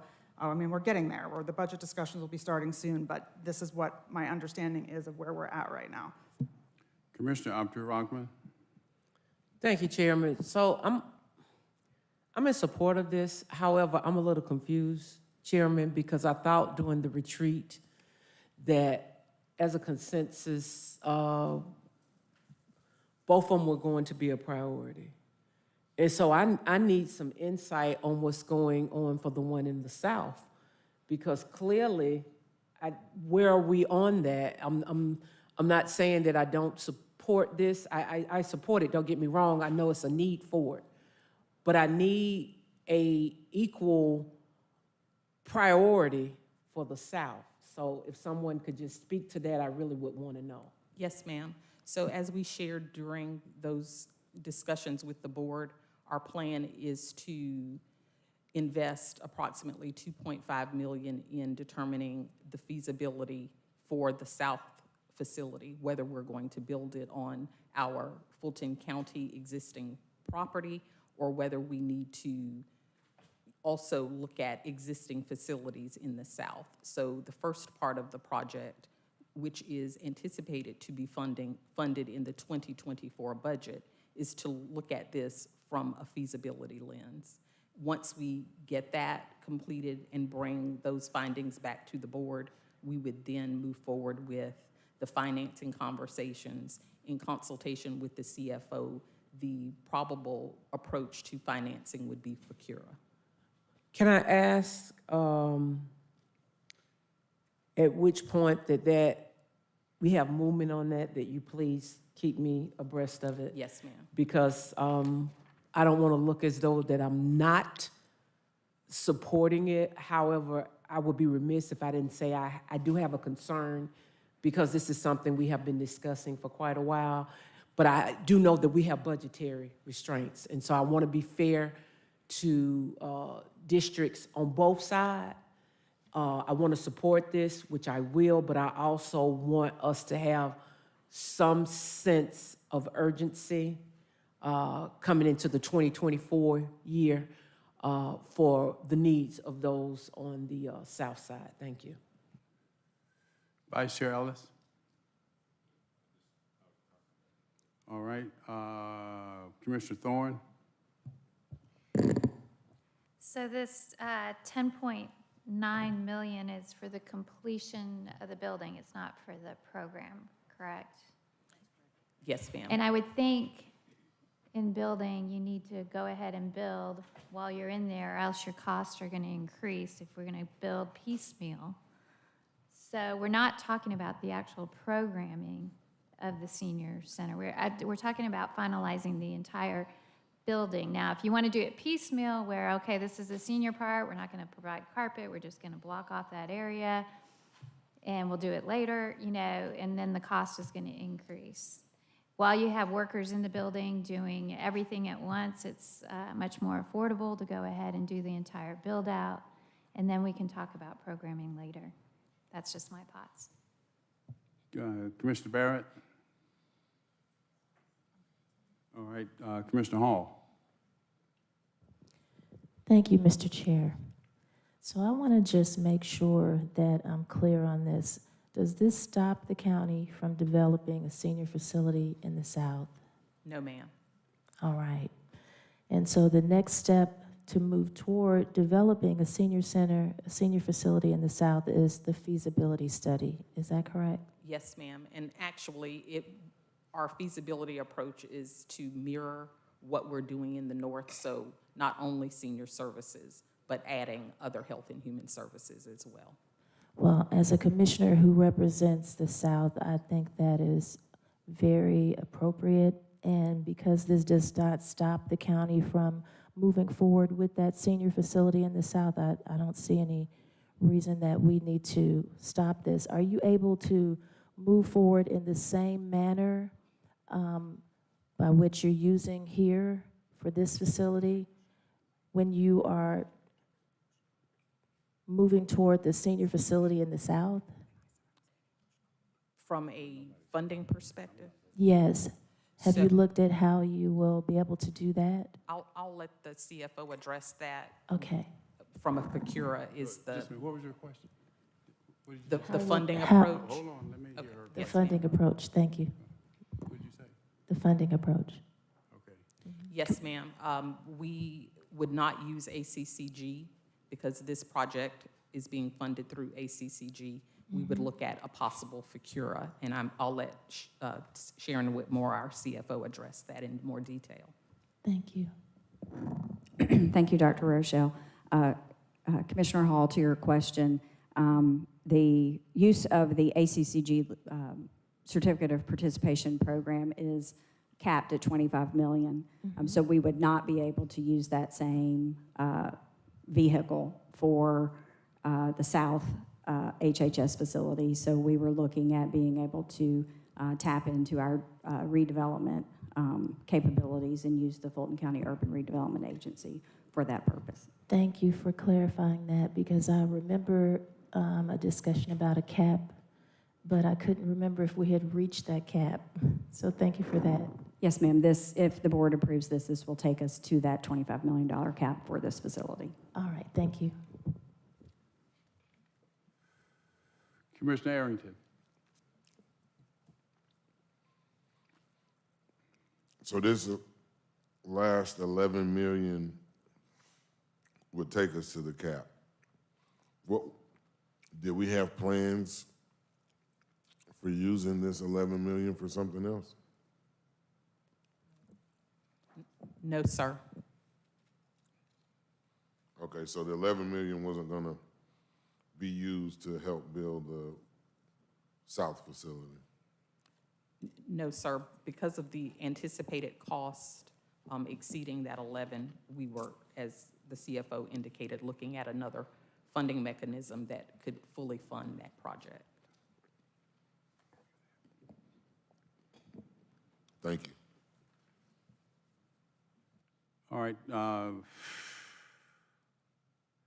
Commissioner Barrett made a motion to hold, but there was not a second. Therefore, we're back to the main motion, which is a motion by Vice Chair Ellis, seconded by Commissioner Hall, to approve. Now, I'll just remind everyone that we made a commitment. We say we love the South Side. We say we love seniors on the South Side. But I'm telling you, it ought to be brick for brick. I remember years ago a discussion about, well, I won't get into that. But anyway, the motion on the floor is to approve. Let's vote. And the vote is open.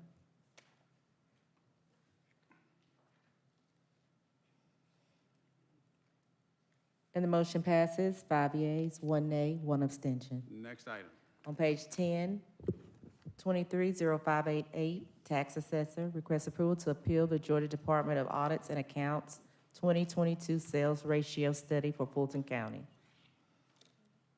So where's our assessor? Is he here, or can somebody explain? We need to, I understand this, but I think the board needs to really understand this. Is he here? He is. Where is he? He's coming down.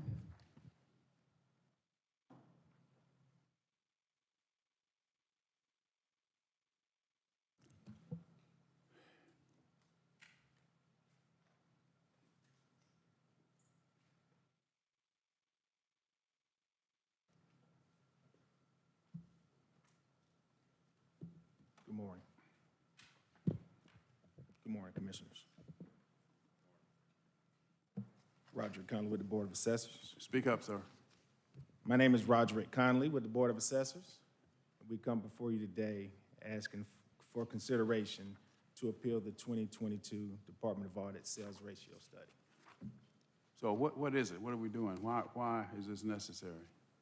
Well, it will impact potential fines. The goal for a sales ratio study for compliance is at 36%. We achieved 35.45. I would tell you historically, we were at 37 and 38, and so this is the first year that it dipped.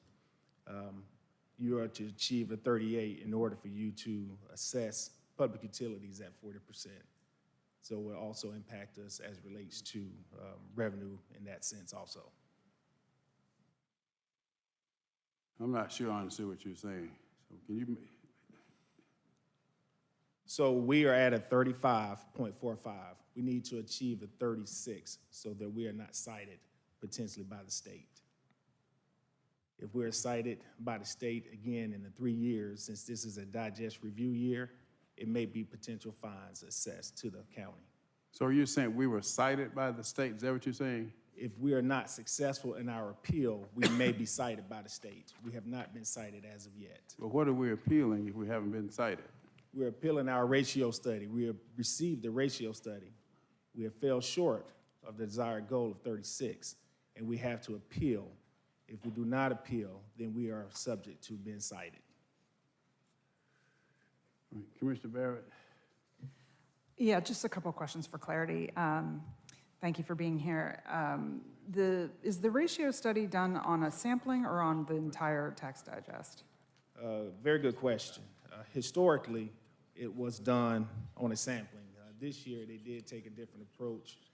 There have been a number of appeals in the last couple of years, and so this year they did do it over all sales. And so is there something in particular you think that put us below this year when we haven't traditionally been below in the past? I do not think it's unique to Fulton County. There are about 132 counties that have fell below the desired ratio of 36 this year of the 159 counties in the state. So just because it's hard to hear you a little bit, of the 100, and it's just you're tall and you're far away from the mic, that's all. But you can't apologize for being tall, you know. Out of the 159 counties, you're saying 130, how many? 132. 132 were also under the 40%. 36%. Under the 36%, okay. So what is our likelihood of winning the appeal, do you think? What was the question? I couldn't hear you. What is our likelihood of winning the appeal? Well, I would say counties have been successful in the past. To include my prior jurisdiction, I've been through the process 2 times now, and I've been successful in both. And so you mentioned that the state changed their process a little bit this year in looking at the entire tax digest rather than a sampling. Was there anything else different about what they did? Nothing different, but there are some been questions throughout the state as relates to their process, the methodology. In order to conduct their sales ratio, they have to come up with a trending the current sales to that 22 assessment. And I would just describe it as subjective at best. And is there any effort among the other counties to sort of work together in sort of approaching the state and saying something isn't right here if a vast majority of the counties aren't sort of making the cut, so to speak? Well, I would tell you there has definitely been some discussions around the state with some of my colleagues, and I would anticipate that there will be some appeals. Okay, thank you. And just quickly, what are the financial repercussions of a potential fine? And then also, I think this might be more of a question for the CFO. We did talk about this briefly yesterday, but the implications if we're not able to tax the public utilities at the 40%. So on the fine part, do you know what that would look like? I believe it's $5 per parcel. Okay, well, that adds up. And then, Madam CFO, do you have that number on what the... I don't have an exact number, but our public utility billings are generally in the high $10 million range. So we're talking about the difference of assessing values and at either the 35.4% or at a higher percent. So it will be, probably a negligible amount. $500,000, something like that. But the fine could be the more significant piece if we were to be required to pay a fine like that. Do you know what that looks like at you said it was $5 a parcel? Yes. So I don't have any concept of how many parcels we have, so do you have an idea? We have about 365,000. Yeah, so like 1.5 million or more. In a fine, $1.5 million?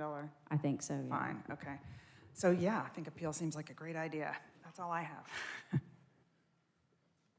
All right, the motion on the floor is to approve, motion to approve by Commissioner Thorne, was seconded by Commissioner Abdul-Rahman. Please vote. Vote is open. And the motion passes, 6 yeas, 0 nays.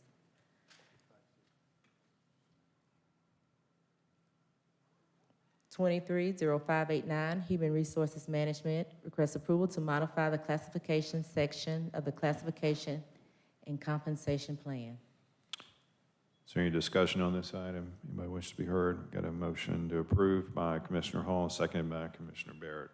Let's vote. The vote is open.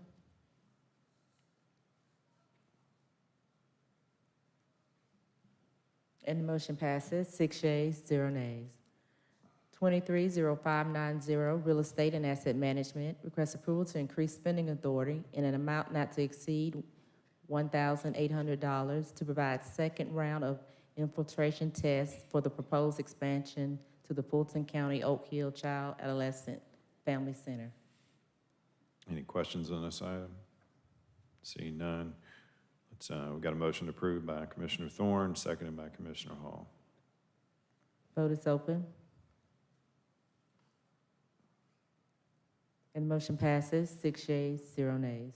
230591, request approval to amend an existing contract in the amount of $111,520 to add the Fulton County Central Warehouse to the existing contract. Any discussion? Properly moved and seconded. And the vote is open.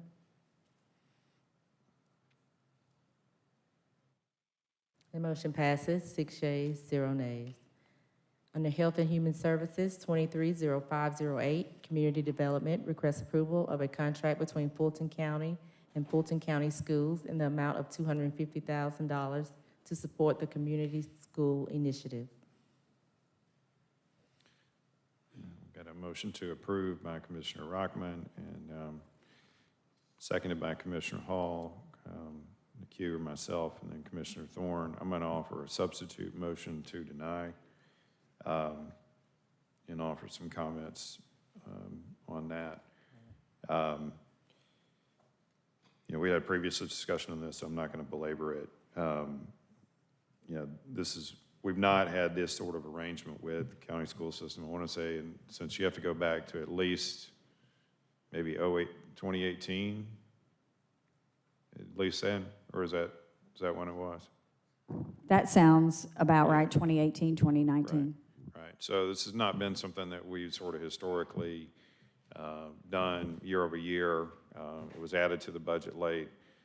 It's a school program. The program doesn't go away if it's not approved. It's a great program, but, you know, in my opinion, I mean, given that we have limited funds, it's their program, and they should fund it, and we should focus on funding the items that we have. So, Commissioner Thorne?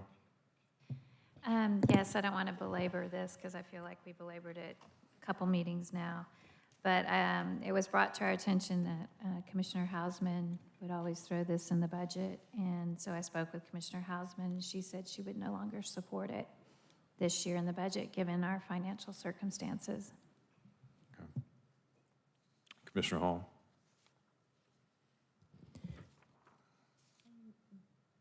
Thank you, Mr. Vice Chair. Madam CFO or Dr. Rochelle, how many times have we allocated $250,000 toward Fulton County schools and Atlanta Public Schools over the past few years? Commissioner Hall, I don't believe we've allocated funds to them directly since 2018, when I think we used the funding instead to put towards some other behavioral health programming that the county wanted to provide. Prior to that, I think we may have had, I'd have to go back and verify, but 2, maybe 3 rounds of funding. I don't know that it was always at that $250,000 level, but that's what's coming to mind. I'd be happy to go back and research how many times we actually funded them directly, but we have not done so since, I think, 2018 or 19. And you said there were about 2 or 3 rounds that may not have been around that amount. In my mind, we did fund them at least twice at that level, but the original funding may have been something less, and I would just have to go back and research that. Okay, thank you. Commissioner Arrington? Madam CFO, didn't we give them $1 million one year? Didn't we give $1 million to Fulton County Schools and $1 million to APS?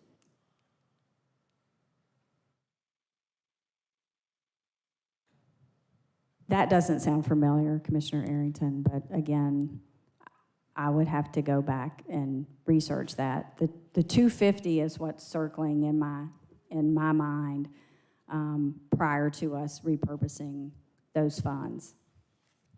I guess we'll both go back and check. I distinctly remember us doing $1 million one year for both of the school entities, and I spoke out against it because I said they got $1 billion budget just like we do. But we supported it anyway at that time. You know, to some extent, I agree with Commissioner Ellis and Commissioner Thorne. The only reason that I'm going to support this is because we initiated it and everybody worked to get it to this point. Otherwise, I would not necessarily support it at this time, given our budget constraints, but given the fact that we initiated this and we contacted them, I feel compelled to support this. Okay. Anybody else have any further comments? All right, the current motion on the floor is on the motion to deny, so let's take the vote up on that first. And the vote is open on the motion to deny.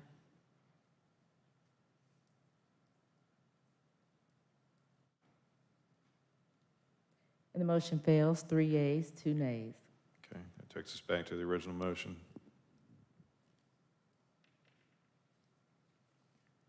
And the vote is open.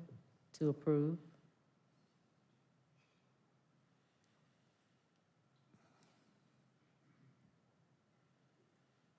And the motion fails, 3 yeas, 3 nays. Okay. So this is the last time this will come before us, correct? Yes, Okay. that's correct. Okay. Next item. On page 11, 230592, request approval of the 2023 Youth Homelessness Program evaluation and committee's recommendations.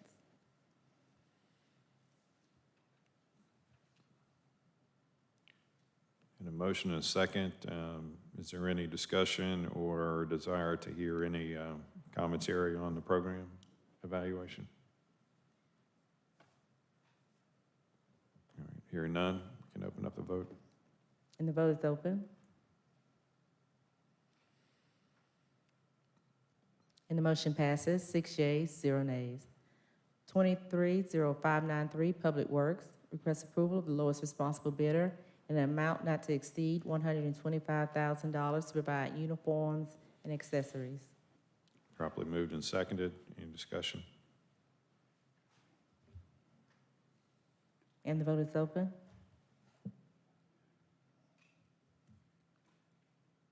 And the motion passes, 6 yeas, 0 nays. Commissioners' action items. On page 11, 230512, request approval of resolution requiring contracts or other written agreements to accompany agenda items appearing on the meeting agenda of the Board of Commissioners to uphold transparency in governance, providing exceptions for those contracts or agreements processed by the Department of Purchasing and Contract Compliance, or for those excluded under the Georgia Open Meetings Act and for emergency situations and for other purposes, sponsored by Commissioner Thorne. Mark, you have a motion to approve by Vice Chair Ellis, seconded by Commissioner Hall. Commissioner Thorne, can you explain what we have here?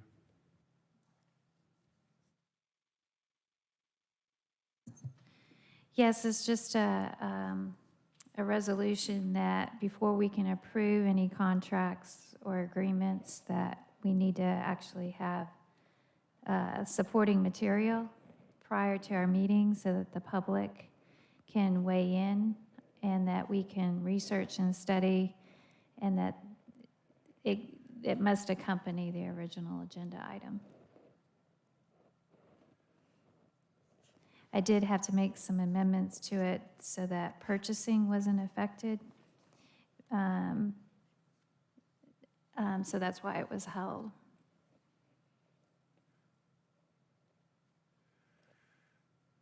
All right, Commissioner Barrett?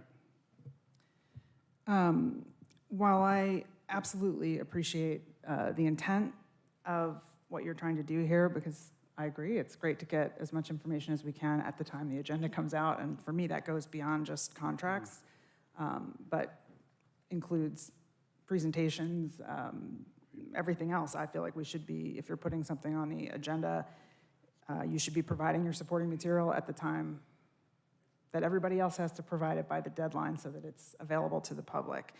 So for me, on the one hand, this doesn't go far enough in terms of what it includes. And at the same time, I'm also, and I've suggested this several times, believe that this should be part of the bigger discussion about redoing our rules around meetings overall. So I think part of my reason for wanting to hold it in the past was just to kind of wrap it into some of the conversations that are being had about our rules, which Commissioner Arrington has brought some things up regarding board appointments, and I have brought things up around committees. Vice Chair Ellis is bringing more rules things up today, further into our agenda, and so, I would prefer to see it as part of that conversation. But also I have a concern that on page 983 of the packet and page 4 of the actual document itself, on line 3, there is a clause that essentially, I think, makes the whole resolution null and void, because it essentially says that it's a continuation from the page prior, but it basically says that the requirements of this resolution shall not apply in situations, and then going to that clause, where it's a contract or agreement processed by the Department of Purchasing and Contract Compliance, which is essentially every contract just about. So it sort of doesn't get it. I think because of that, it sort of doesn't do anything as a resolution. Am I missing something? Yes, we had to make that adjustment, and Felicia can explain if she has to provide all that, what it would entail. You want to know how big your agenda packet would be if you... I'm not saying I want... If we didn't put this exception in, you can go ahead and explain. Commissioner Barrett, what is the question? Well, I mean, I think the question is more a legal question, really, just in the sense that what you're asking for is that all contracts be provided at the time of the agenda, and then that clause says, except if it's a contract that's handled by the Department of Purchasing and Contract Compliance, which is basically all contracts. So give me all contracts at the time of the agenda, except all the contracts that purchasing handles, which is all the contracts. So it's a resolution that doesn't actually do anything as far as I can see. I mean, I think there might be some, according to my conversations yesterday with Madam CFO and Mr. County Manager, there may be some things like IGAs that wouldn't fall into this, but it would basically not be what you're getting at. Your example that you gave last week about Morehouse and Buggy Works was a contract. It was not an IGA, and so this wouldn't have helped that at all. So I'm just thinking that this whole thing doesn't do anything. So that was just my question. And also, like I said, I'd rather have it be part of the rules discussion. That's all I have. Commissioner Hall. Oh, I was waiting for Felicia Strong-Whitaker to respond to that. Yeah, but I want to Yes, Commissioners. Thank As you. it relates to purchasing contracts, one of the reasons that purchasing cannot attach the contract is because the governing body has to approve a vendor before we can get a certificate of insurance in the county, naming the county as an additional assured before we can get surety bonds. There's just a lot that we have to do for contracts. In addition, when we bring an agenda item forward, we're giving you all of the information up front: who the vendor is, the dollar amount, the contract term, a brief project description, the contractor historical report, contract compliance information. We provide a lot of information about the contract we're getting ready to enter into. There's a lot of work that we have to do, a lot of forms, a lot of documents in order for us to do this. If we did it this way, it would extend the time for us to get contracts done, to get them on the board. It would just slow us down tremendously. And we only do contracts that come through the purchasing process. There are other contracts, MOUs, IGAs. There are other contractual agreements that we do not handle. Thank you for clarifying that, because I didn't look at this as the actual contract. And so that brought a lot of clarity to this matter. So I withdraw my second. Thank you. Okay, so Commissioner Hall has withdrawn her second. Commissioner, so is there a second? Who is that? So the motion is to approve. Motion to approve was made by Vice Chair Ellis. Now that we have a second by Commissioner Thorne. You still want to be heard, Commissioner Hall? Anything else? I have no further questions. That was very clear. So not all contracts go through purchasing. These are contracts that must be provided, material must be provided for us. I made an exception to purchasing because it would delay them. And it would also provide so much paperwork. Our agenda packets would quadruple in size. So we had to go back and I had to run it through to make sure that it was in compliance and it wasn't going to delay any purchasing. These are strictly contracts that do not go through purchasing, that we must have a written agreement, material presented to us. We can't have just an agenda line item and say that we'll approve it. So Ms. Thorne, what's that? Whitaker, what's her name? Ms. Strong Whitaker, Mr. Manager. So it sounds like you don't support this in strong, Whitaker, because I don't. Commissioner, my issue is only purchasing Well, I'm talking items. about purchasing, not contracts that the constitutional officers may enter into and others, but I'm talking about you. When I think purchasing, I think Felicia Strong Whitaker. So my question is, do you support it? Not for purchasing contracts, All right, no. Mr. Manager, what do you think? Well, I think with the exclusion of purchasing, the ability to bring IGAs and the like here at the time the agenda item is published is perfectly fine. I see no problem with that. And I think that's the way this is drawn now. It excludes purchasing and only focuses, like, for example, Mr. Chairman, that agreement that we just approved with College Park. So that was on the agenda and the agreement was attached to it. I ran it through with Felicia, and we made adjustments so that she would be okay with the wording, because she was not okay with the original wording of the resolution. That's why we held it. Okay, so if you strip that, so what's left? Only IGAs and MOUs, that's it? So what are we doing? I mean, how many IGAs and MOUs do we have? Well, we that's a great approved. follow-up. And how many do we not get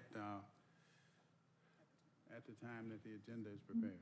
Well, it's happened. That's why the reason for the resolution. Okay, Commissioner Abdu-Rahman? In theory, I support this in theory because I see what Commissioner Thorne is trying to say. When this came up before, I think it got convoluted. I think what the general intent of it, from my perspective, we missed the mark on it. My only concern is I can support this because at the end of the day, my feelings on this, we can have all the resolutions in the world, but we as elected officials have to be vigilant and look at what, because something with all the resolutions, it may still be something that does not get in there. And so the fact that this maybe, I know it doesn't penalize anyone, but my concern was, what does it actually do? I understand and support what I understand that she's getting at, which is making sure the information is there in a timely manner so we can make an informed decision. Is that not correct, Commissioner Thorne? For transparency. So I'm not sure, even in that this speaks to that. So that's where my confusion comes in. I support that because I know based on conversations that we've had that is a concern of yours. My only concern is, does this actually solve that problem? And is this something that maybe we need to work with the county manager and executive staff to make sure that the information or the lines of information are open if something inadvertently doesn't get put on there? You know, what's my right as a commissioner to call who, and who do I call to make sure I get an answer? So that's my only concern, Commissioner Thorne. I'm not knocking what you're doing. I just wonder, does it actually answer what you are trying to convey from my understanding? That's my only concern, okay? All right, Commissioner Hall? I would like to offer a motion to hold this until we actually do the work, and then we can see if it's necessary to actually have this resolution. Okay, I'll second that. All right, motion on the floor is to hold. Let's vote on the motion to hold, please. How do I do this? Mr. Chair, you said, what is this? Motion to hold. Okay. Commissioner Hall made the motion to hold. I seconded the motion to hold. And the vote is open on the motion to hold.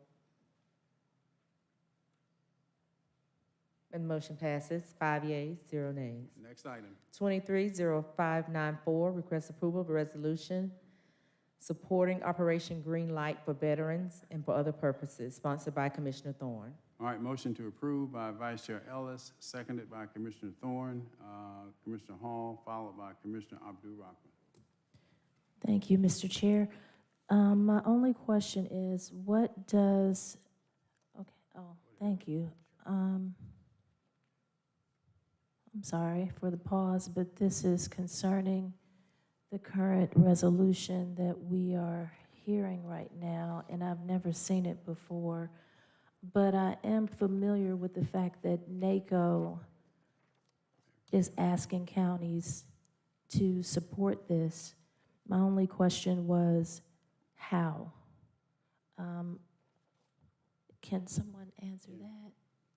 Explain what we have here, Ms. Thorne. So basically, NACO is partnering with Amazon to bring Operation Greenlight, and they're asking counties to participate in trying to shine a green light in buildings from November 6th to November 12th to honor veterans. So it's a 1-week period. So my staff and I, we were going to work on trying to get green light shined across the city. We were hoping to work with external affairs to get our cities to start participating. At NACO, I did talk to another commissioner in Detroit, and they do this, and she said it was a great success, and I think it'd be a great way we could cheaply, without much expense, honor our veterans for 1 week. So you're asking the county for us to turn on green lights or shine something green, Green. during this period of time? Yeah, wherever possible. Thank you, sounds good. Commissioner Abdul-Rahman, I guess we can do that. Mr. Davis here? Yes, sir. Our team has actually already looked into this, and we do have the capability of changing the atrium lighting to green. Okay. All right, Commissioner Abdul-Rahman? Thank you, Chairman, and thank you for giving that information. Commissioner Hausman, I always supported this for our veterans. We would light up the atrium. Actually, we would actually have a ceremony at the beginning of it, and I think it's a great thing, and I would like to co-sponsor this with you as well. So we have a motion on the floor to approve by Commissioner Hall. It's now seconded by Commissioner Abdul-Rahman. Let's vote. And the vote is open. And the motion passes unanimously. Continue. 230595 requests approval of an ordinance to amend the Fulton County Code of Ordinances relating to budgetary controls for members of the Board of Commissioners by reducing the travel conferences budget for members of the Board of Commissioners and for other purposes. Sponsored by Vice Chair Ellis. All right, motion to approve by Commissioner Ellis. I'll second. How do you help me here, y'all? How to do this? All right. All right, Commissioner Ellis, you have the floor. I'm sorry, Commissioner Arrington. Commissioner Ellis can go first. This is just a simple resolution. It would reduce our travel budgets and training budgets from $50,000 to $30,000. So I think that's we've had this discussion a little bit before in the past. I think had a couple of new commissioners that came on board before we had a chance to discuss it. They've been here for a while, so I think they would have the opportunity to sort of evaluate whether or not they feel like that is an adequate figure. So I want to bring that forward for consideration today. Hopefully get a favorable vote. Commissioner Arrington.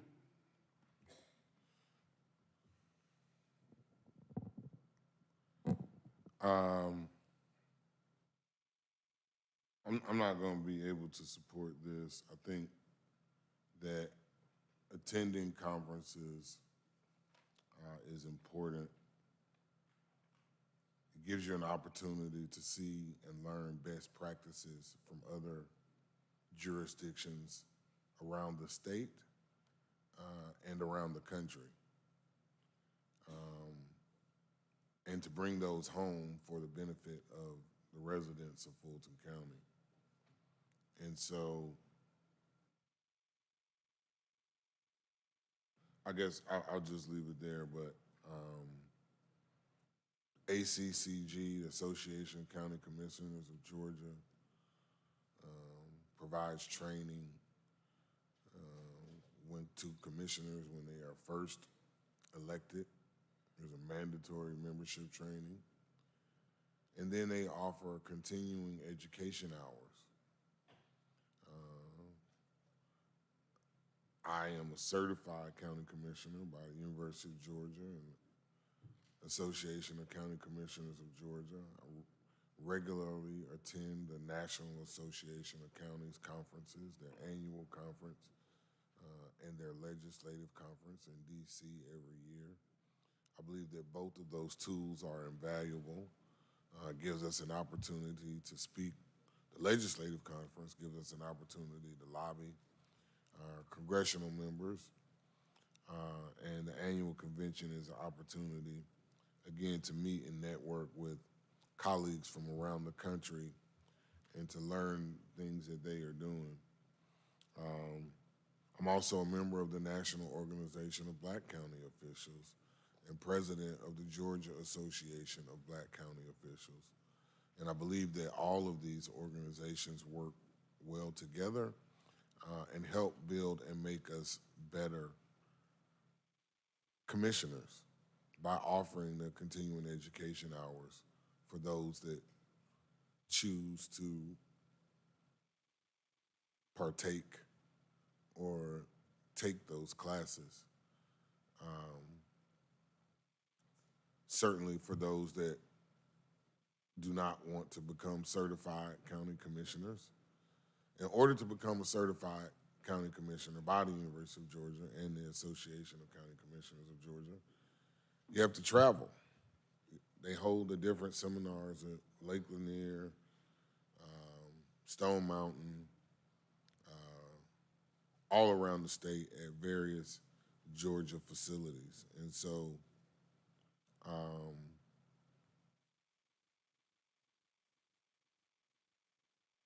you need travel budget in order to do that. And so for those reasons, I'm not going to be able to support this. Commissioner Thorne? I was wondering if you'd make a friendly amendment to travel on line 20. Each commissioner is allocated an annual budget of $50,000 for the first year and $30,000 thereafter. Because I feel as a new commissioner, I have to go to these conferences and see what's worth me attending, if I need to bring staff with me or not. So that first year might be a more expensive year, but then thereafter try to constrain within the budget. All right, that's a friendly amendment. Vice Chair Ellis?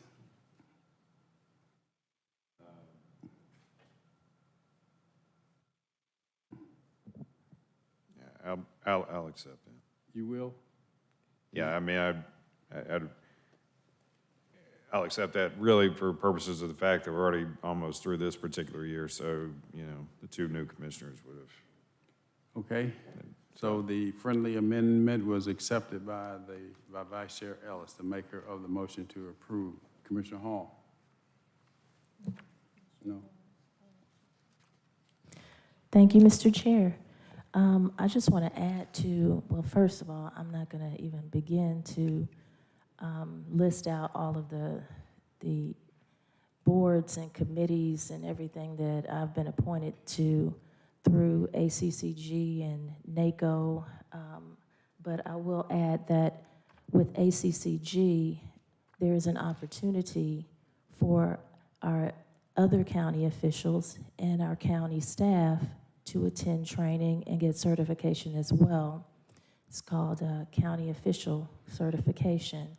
And many of the even much smaller counties around the state of Georgia have their sheriffs, their staff, their clerks, and whoever else works for their county attending the training and conferences for ACCG. And they're much smaller than us with very small budgets, but they find a way because training and keeping up with what's going on in the world so that you can serve your constituents from facts and current data is very important. Also, let me clarify something about the cost and whether it goes up and down. As you attend and contribute and participate in these conferences, you begin to be selected, and I will use NACO as one of the examples, which is the National Association of Counties. The president of NACO will start to appoint you to various boards and committees, and you'll start to be selected for all types of leadership boards. For instance, Bill and Melinda Gates Foundation funded an economic mobility leadership network where they selected one commissioner per state to attend that economic mobility leadership network, and I'm very proud and thankful to have been that commissioner for Georgia. This afforded us the opportunity to travel around the United States and see what other counties were doing to address homelessness, seniors and their needs, youth, crime, and so much more, and gave us an opportunity to see where other counties have successfully addressed some of the ills of society and help people become successful. So as you attend these and participate, you end up actually having to spend more because there is more for you to do in order to come back to your county and institute things that will help your county as well. And you build great relationships across the United States. Thank you. Vice Chair Ellis. Last statement, Mr. Chair. Training and being exposed to certain things, I think we all recognize the value of that. But I think $30,000 is more than adequate enough for any of us to be able to do that and to be able to selectively choose what we want to do to develop ourselves as individual commissioners. I think there are plenty of counties around the state that do this, or the commissioners do this well within lower levels than this, and I think we can manage ourselves accordingly within a $30,000 budget. So, there's no, this resolution doesn't dispute the value of training and the type of benefit that can provide, but just merely puts a reasonable cap on it, just like you would in any other organization. All right, Madam CFO, on this issue of $50,000, that would be $350,000 for the board to travel each year. For Commissioner Arrington mentioned Lake Lanier, Stone Mountain, other Georgia counties. That's going to those a lot. So can you give me a report on how much each of us spent traveling to conventions in, what is this, 2020, what is this, 2023? You wouldn't have that with you, would you?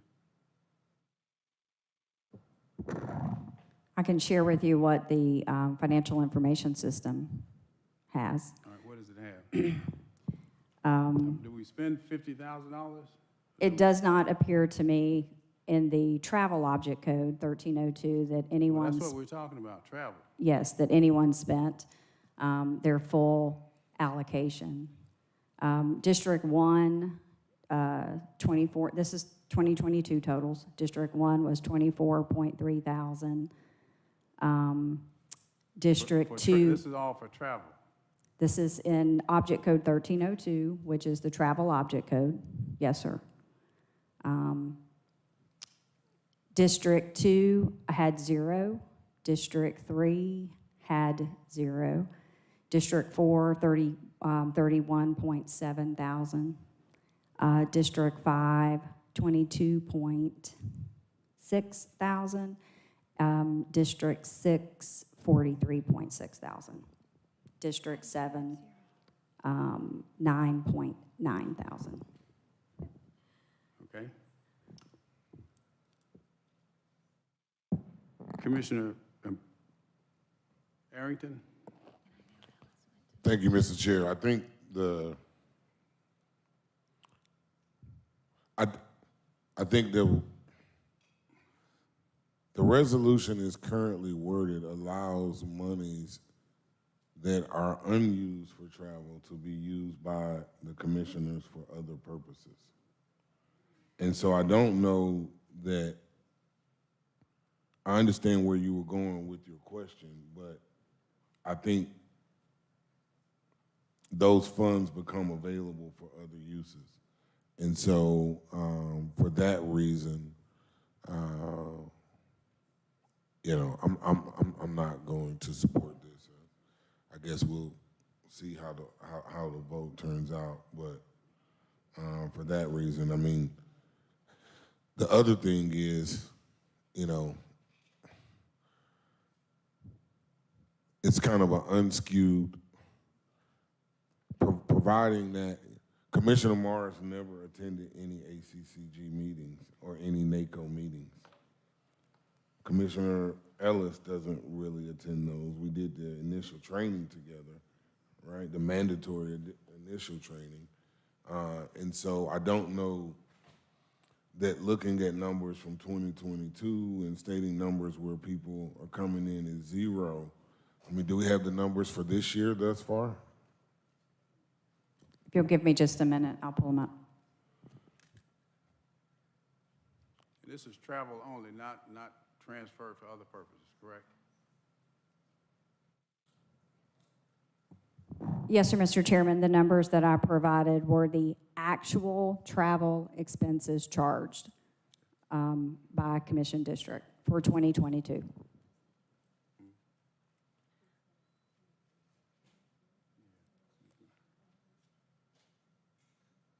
And those numbers, that's airfare, hotel, lodging, per diem?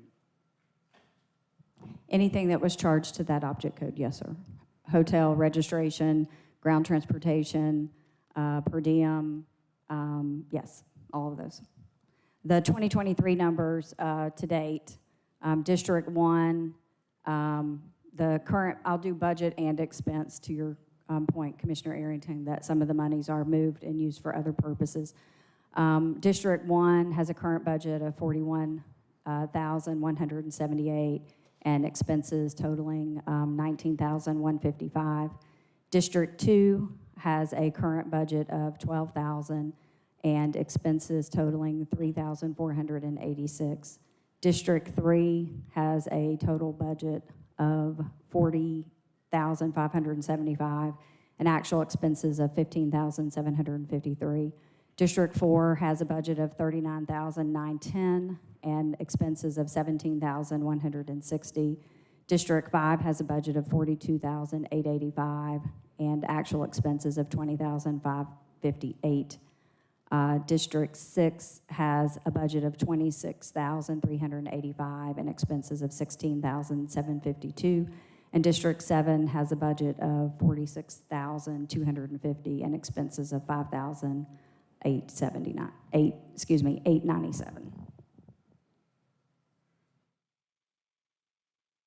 That was difficult. Can you give me that, even no matter what happens with this legislation, I'd like to look at that because what you just said, I had trouble following that. Yes, sir, we can provide that to you in a written report.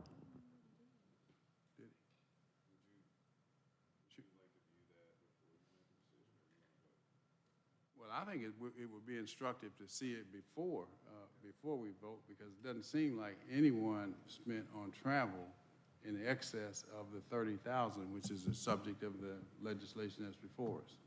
Okay, well, can I make a suggestion that maybe the CFO provide the data and then we can bring this back and, you know, have a vote on it at the next meeting? Be happy to do that. Would you prefer that? That's fine. Okay. What? Okay. Go ahead. Well, then I was just going to ask, I thought I saw Hakeem send something to us with all these numbers in it that he said in his email all of the numbers would go on the website. It was, I thought I was looking at that, and didn't you? You already did, right?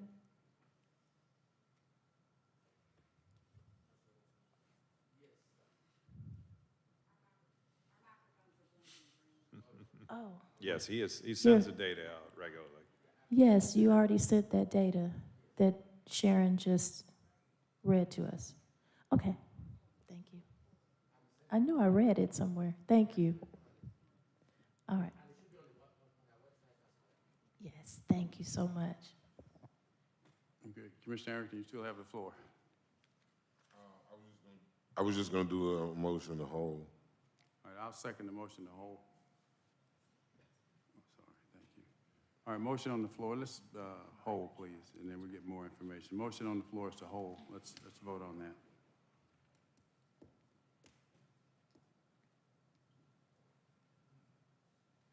And the vote is open on the motion to hold.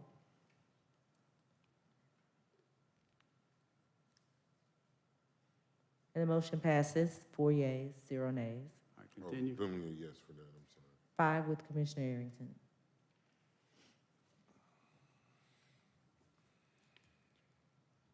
Bottom of page 11, 230596. Request approval of resolution directing the county attorney and the county manager to develop a mileage reimbursement policy for members of the Board of Commissioners and their staff, directing the county manager to divest or repurpose the vehicles currently owned by the county and used solely by the members of the Board of Commissioners and their staff for other appropriate county use and for other purposes, sponsored by Vice Chair Ellis. All right, a motion to approve by Commissioner Vice Chair Ellis. Is there a second? Is there a second? Seconded by Commissioner Thorne. All right, Commissioner Abdul-Rahman, you have the floor. Thank you, Chairman. I have a concern with this. I have a couple of concerns with it. I understand the reason for it because it seems like we continually have to put stuff in place because people have a problem with self-governance, okay? However, the issue I take with this is after talking to my insurance company for my personal vehicle and asking them, do I use this for business or personal use? I have to actually say that I'm using it for business use if I expect to have coverage going day to day, doing what I do as a county commissioner, for one. For two, and this here again is my personal opinion, and we know what people say about personal opinions. We had someone to abuse the policy that we had in place. And my understanding was we would go back and review that policy. And I understand the purpose of this, but I would be remiss if I didn't say that I am feeling penalized for somebody's inability to adhere to policy or to self-govern.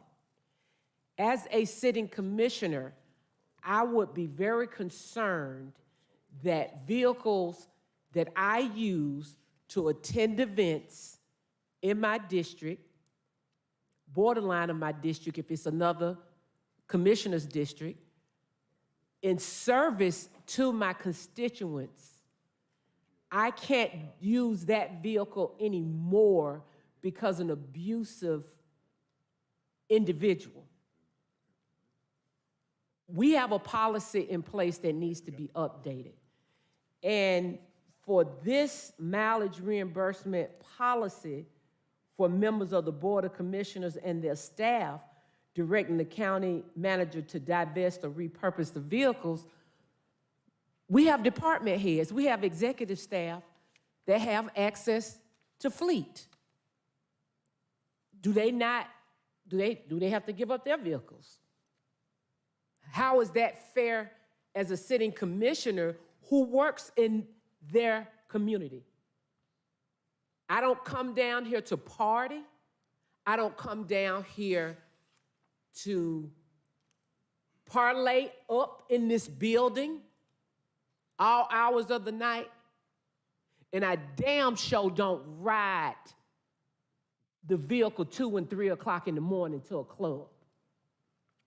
And I take offense when we don't have a policy in place to keep that abuse from happening, versus telling the commissioners we no longer have access because someone abused the policy. I've shared this with some of the colleagues, and I shared this with the chairman, because I would like to know a list of all staff that has access to fleet vehicles, that has access to vehicles that we provide them as a part of their job. Because I think it's an unfair policy. I understand the purpose of the policy. Let me be crystal clear. Because there is unintended consequences of unethical behavior. So I get it. But to have a policy as though I have done something wrong that affects my ability to make sure that my constituents are served to my highest ability to serve them, I think we got a better way to do this. Because how can an executive, how can a department head, how can someone else have access to a vehicle that Fulton County owns that we say, okay, you can use this through the course of your day of doing your job for Fulton County taxpayers, and all of us down here as sitting commissioners are doing a job. But some of us lack self-governing when it comes to what is right and what is wrong. And so, Vice Chair Ellis, I support this in theory, but I see it as making me pay for somebody else's abuses. And unfortunately, the way it's written, I cannot support it. And more importantly, if we are going to move in this direction, I would like to know who else, I'm not talking about the commissioners, I'm talking about staff, have access to a Fulton County vehicle that has been assigned to them, or they can ask for access to it in accordance with duties of their job, because I think it's unfair. I understand why we need it, but I think it's a little too far in constraining me with what I need to do. Then it puts a burden on me with my insurance company based on my understanding of using my personal vehicle day in, day out in my duties as a Fulton County Commissioner. Vice Chair Ellis? Well, I mean, I guess we all do our jobs differently, but I've been doing this for almost 9 years now, and I don't think I've used a single county car. I think I've rented a car, for travel outside of the area, or I've sought mileage reimbursement, for those activities and those conferences that I've attended outside of the county. Look, I mean, it's a pretty common practice that a lot of companies have moved away from having, fleet vehicles for very episodic use, which really that should be our use within the county. It's episodic. And, by nature of our roles, it's kind of somewhat hard to distinguish what's a social activity versus what's a political activity versus what's really a county government activity, which can kind of get you into a little bit of a mess, occasionally as well. For our staff that are full-time, they're doing specific jobs, they need access to vehicles and that sort of stuff. That's perfectly fine. We've got, obviously, an extensive travel budget, at the moment. Using mileage reimbursement is an effective mechanism, for this type of purpose, and or renting a vehicle for those trips that are out of the area. And this resolution simply just directs staff to bring us back a particular policy. Because I do think that there are some, kind of some finer points that need to be considered within that policy, because you got, tax implications of mileage reimbursement, types of things that really specifically should qualify for mileage reimbursement, et cetera, so that we've got that in there. And we shouldn't just have sort of two random vehicles just sitting around over there in the garage. They should be repurposed out into the general county population for use. I mean, this isn't a particular, this to me is something that we should have done a long time ago, and doesn't really have anything to do necessarily with what may or may not have been going on, you know, kind of to date with use of vehicles. I just think this is a best practice, and given the amount of vehicle use that really should be required for these roles, that this is a more effective means of dealing with it.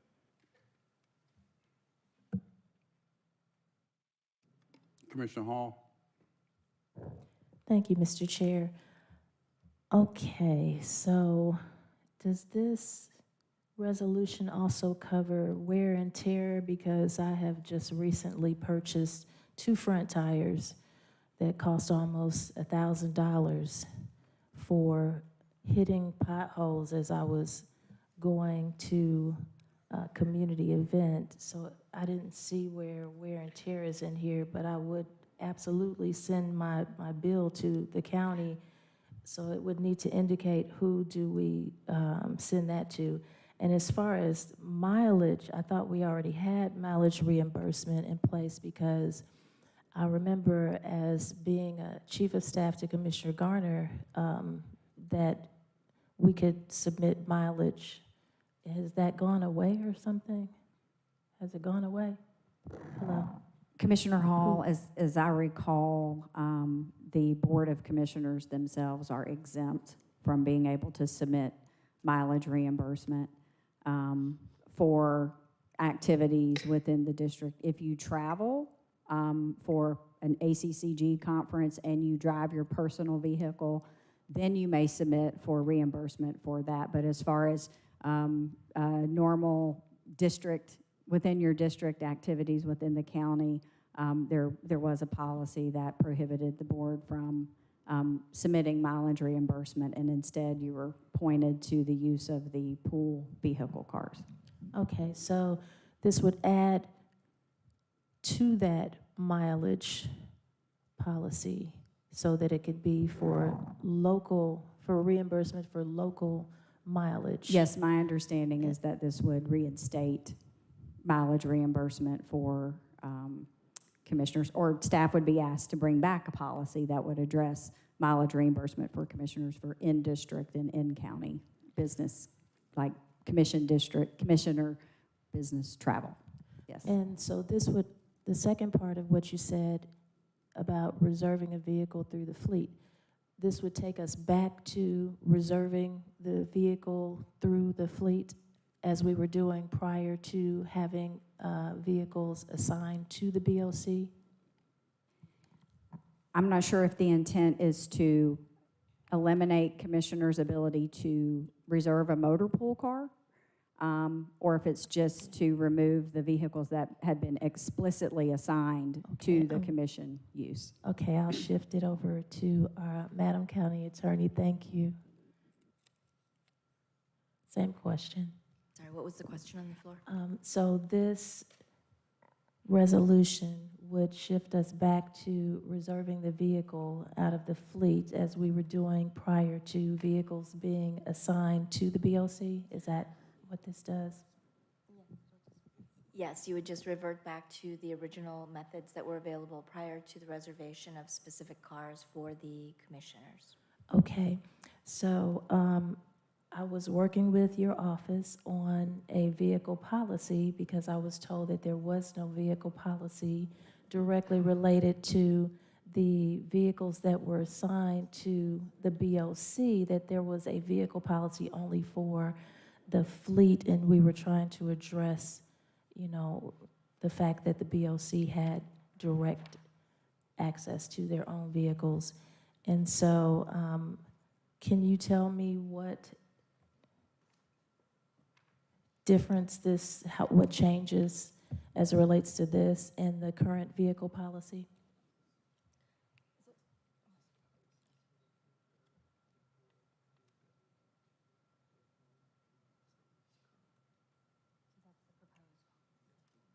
Okay, so you would like to know the difference between this proposed agenda item and the policy that you are developing with our office? Well, this seems to be trying to institute a policy. So what will be the difference between this and what we currently have? I read this proposed resolution to mean that if passed, there would be no designated subfleet for the commissioners, and therefore that would eliminate the necessity for a revised policy specifically for the subfleet reserved for commissioners. Okay, so basically, we wouldn't need a policy because we would no longer have A the designated vehicles portion of the designated to fleet just for the BOC. commissioners. We could just revert back to reserving the vehicles from the fleet as we were doing before. And would that mean that the current vehicle policy would need to be adjusted in some way? So I believe there is an overall kind of wholesale policy review that has been proposed and will be done. So everything could be reviewed under that policy. I don't think that this proposed policy, agenda item 230596, speaks to that. Whatever is available, which we haven't looked at specifically in terms of commissioners being able to reserve fleet from the general county fleet, that has not been an issue that we have researched specifically. But what this proposal would do that is on the floor would simply remove the designated portion of the fleet that is specifically reserved for commissioners. Okay, great. So just to address this whole notion about abuse of the vehicles, we all serve very different districts. And in my district, the residents constantly are asking me to attend their community events, their community meetings, and they have community events in the morning, in the middle of the day, in the evening. They ask for us to bring information and other resources to those events and meetings.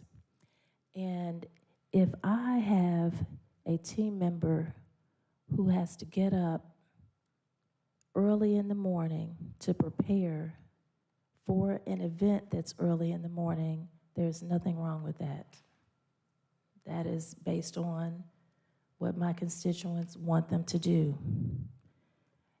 Other commissioners may not understand that, but that's okay, as long as the residents are served the way that they expect to be served.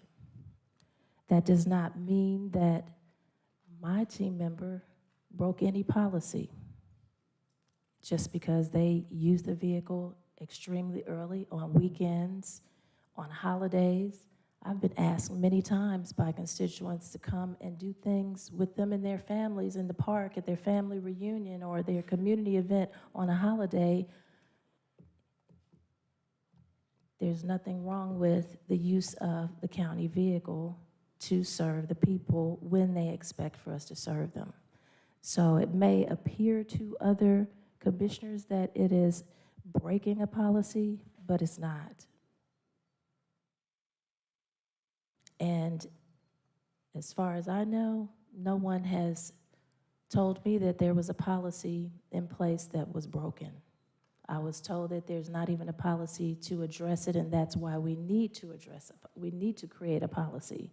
And that was the discussion that I had with you and your team, Madam County Attorney.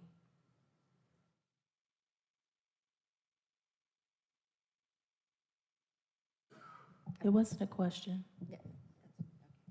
All right. Thank you so much. Commissioner Arrington?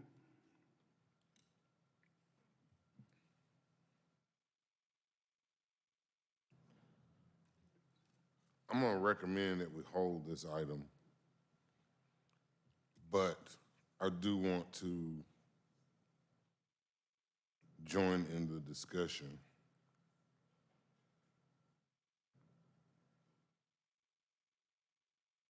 There's a lot packed into this. Develop a mileage reimbursement policy for members of the Board of Commissioners and their staff. That in and of itself makes perfect sense, right? And I don't think there's necessarily, or would necessarily be an objection to doing that.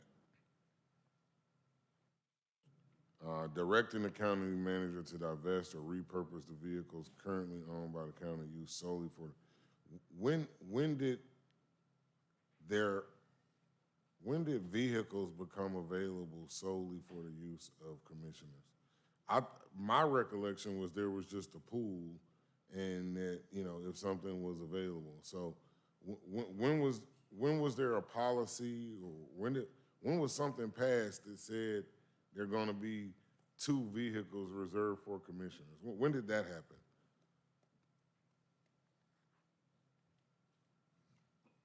Mr. Davis? Good morning, Commissioner. Joe Davis, Director of DREAM. I was attempting to look up the specific email at the time to give you the specific date, Commissioner Arrington, but in the absence of that, I can simply say it was several months ago that the decision was made to transfer certain specific vehicles in the fleet to the clerk's office, and that the clerk's office would then manage the reservations of those vehicles. In doing so, those vehicles no longer were considered motor pool vehicles, but were now departmental vehicles, i.e. the department of the clerk to the commission. Thank you so much for that answer. Your answer was the decision was made several months ago. Whom made the decision? That was a decision made by, I guess, a joint effort ultimately approved by the county manager. Okay, so there was no action by this board to do that, and it was, I guess, for lack of a better word, an accommodation to a commissioner request. Yes, sir. Because I never knew, I didn't get the memo. I didn't get the memo. How was this made available? How would a commissioner have known that these 2 vehicles were now available? Unfortunately, sir, I can't answer that.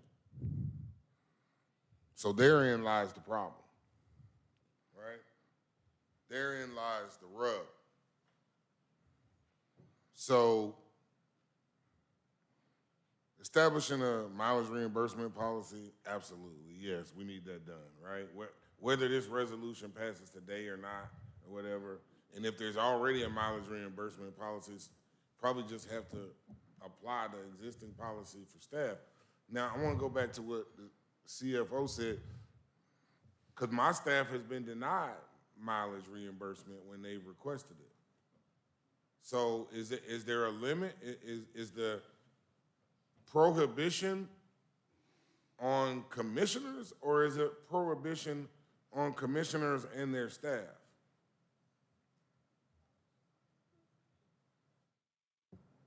Commissioner Arrington, as I recall, it was just on the commissioner directly, but your staff should have been able to be reimbursed their mileage as long as you had, excuse me, the money in your budget to support their mileage reimbursement request. Okay, so I imagine you'll be getting some requests again that were previously denied. Yeah, I'll be happy to take a look at those.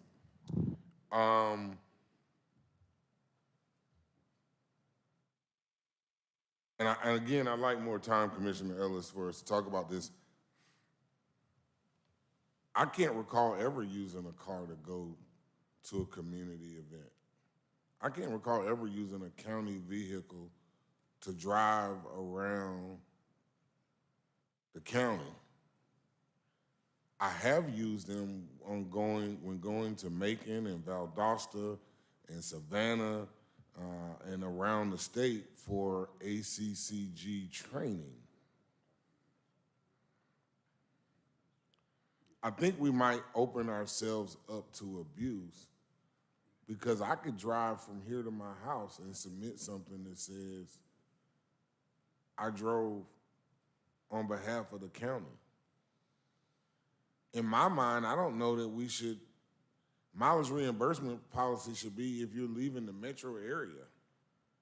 If you're leaving outside of a 60-mile radius of this building, then you can get reimbursed. I don't know, I don't need money to drive around my district. I'm not nickel and diming the constituents like that. I don't need money to go to everybody's got to get to work how they get to work. most people have their own vehicles to get to work, and those that don't use public transportation. So if you gotta go to work, you gotta go to work. I drive to work every day. Sometimes as a lawyer, I have to do 4 court appearances in one day. But I think we need to be real careful because I could go do those 4 court appearances and then send in a mileage reimbursement. I drove 200 miles today on behalf of the county. So I think we need further discussion on this. I have only used county vehicles. Well, maybe I might have used a county vehicle, like when we went out of town for an ACCG conference, and I came back in town, and I may have used it at that point or before returning it, right? But never to just go to a community meeting or whatever. I'm driving my car because I drive it to work. I drive it going from wherever I'm coming from. So in my mind, one, I never got the memo. I never knew that there were cars specifically reserved for us. And I think that adjustment that was made by the county manager and his team might be part of the cause of the problem, and that we may just need to stick to what it was before when there's just the cars are in the pool. So breaking down this resolution, no problem with developing a mileage reimbursement policy.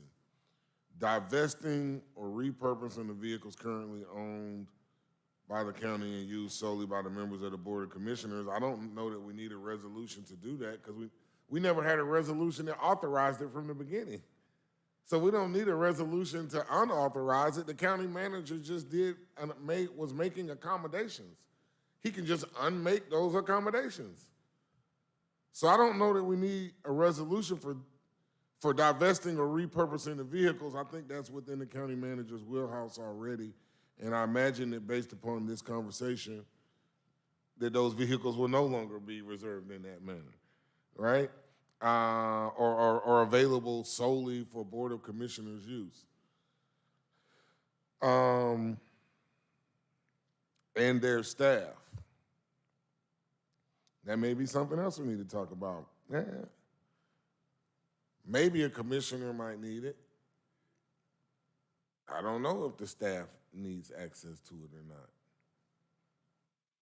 Again, maybe if you're traveling to a training that's outside of a 60-mile radius, maybe it makes sense. I think my chief of staff did get a county vehicle one time to drive down to ACCG in Savannah, and I think I had one as well. So I'm gonna make a motion to hold so that we can have some further discussion around this. I'm supportive of the idea, a mileage reimbursement policy, again, no objection, it makes sense. I think the issue that we've been encountering perhaps recently and the issues that this resolution was drafted was because of an accommodation that was made by the county manager. And I think that can be undone without necessarily having a resolution. So I'll stop there for now. So before we get to this motion to hold, let me put this in context here. As to Commissioner Eric, you asked when was this policy made? It never came before the board. I'm gonna tell you why it didn't come before the board. I'm just gonna lay it out like it came to me. There are only 2 commissioners that use those 2 vehicles. And the policy was being abused. Mr. Davis and his group, they find it very difficult, just as most department heads find it very difficult to say no to the 7 of us. They're afraid. They're absolutely afraid of anything on the 10th floor, whether it's us or a staff member. So they said, I'm tired of fooling with this. We're gonna give it to the clerk. Clerk didn't want it because she and her people are afraid to say no to a commissioner. And there are only 2 commissioners that were using those 2 vehicles. They were intimidated. That's why that policy, that's why it changed. It never came before us. Davis and his crowd, they got tired of arguing with, fussing with commissioners and staffs of commissioners, passed it to the clerk. Clerks, I can't say no a commissioner. Y'all control my budget. Y'all control my salary. That's why this happened. You have the floor, Vice Chair. You summed it up pretty well, Mr. Chairman. Commissioner Arrington, I think, kind of a lot of the points you raised, I mean, in a mileage reimbursement policy would have explicit things like there. You can't be reimbursed for your travel back and forth to work. It would have some parameters around. It would only apply if it was travel outside of a certain distance or whatever. It would have those types of things sort of built into it. That's why I wasn't looking to get extremely prescriptive in this, because there are, a lot of detail you need to think about in what you're going to put into it. But really, as the chairman has really, effectively and directly sort of outlined, this sort of thing needs to be taken out of any sort of discretion. And it's either, and maybe that's the answer. No use of a vehicle for any travel within the county or within 25, 30 miles, 40 miles, whatever it is. We got a county at 70 miles, so maybe that's the answer. And then we go from there. But we shouldn't be having staff have to kind of manage this. I think again, I think mileage reimbursement is an effective mileage reimbursement way would be an approach is sort of the most effective way to manage this, cost effective, time effective, and less burden on our staff. And also fulfill kind of the needs that we should have to get to an out-of-town event, conference, et cetera. So. All right, we have a substitute motion on the floor. Chairman, can I be heard on this, please? Yes, but I'm just saying where we are. Substitute motion on the floor to hold by Commissioner Arrington, seconded by Commissioner Hall. I'm going to recommend we vote it up or vote it down. Commissioner Abdul-Rahman, you have the floor. Chairman, there's an old saying, don't urinate on me and tell me it's raining. And I'm gonna say that's appropriate at this time. Because there were times that I came in here, followed the system of doing an appointment, which we had a system in place for appointments, and the keys were missing. A lot of things were set on the honor system. Make the appointment, pick up the vehicle, bring the vehicle back in a timely manner. But if you're not making an appointment, if you're picking up the vehicle, taking the vehicle, God knows where, I'm just going to say to your house, the next morning, another person who has the assigned vehicle can't get in the vehicle because it's not here.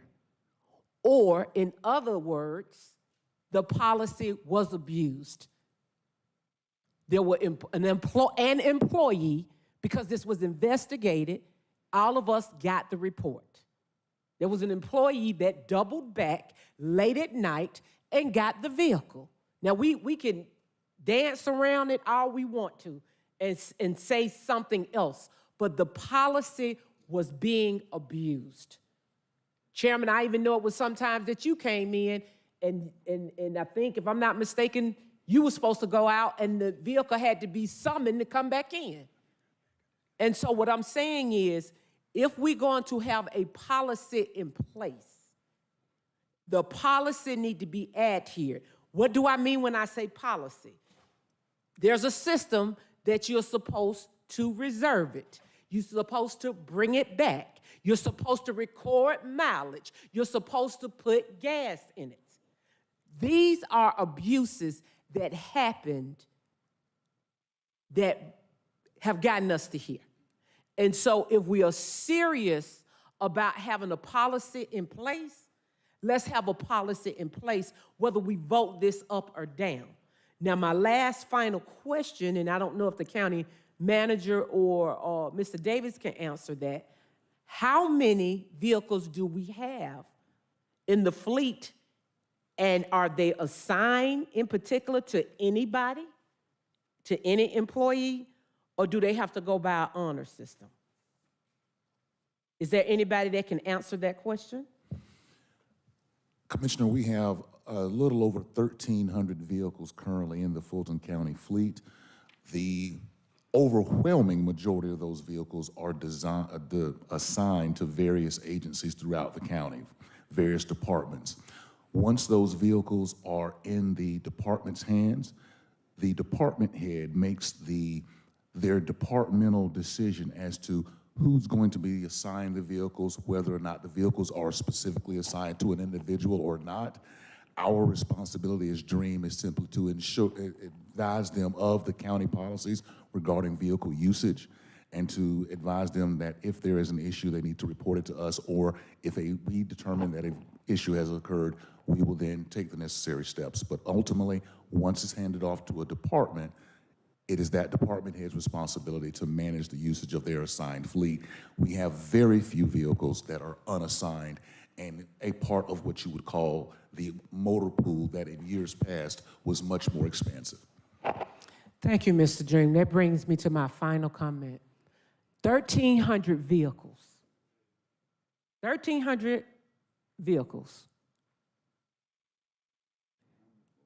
However, among this body of commissioners, this staff seems to be trying to accommodate individuals that don't follow rules at the end of the day. So either we're going to have enforcement of a policy, or we're going to let people continue to say where it's in writing. If it ain't writing, I ain't got to adhere to it. It's called self-governance. It's called not abusing authority.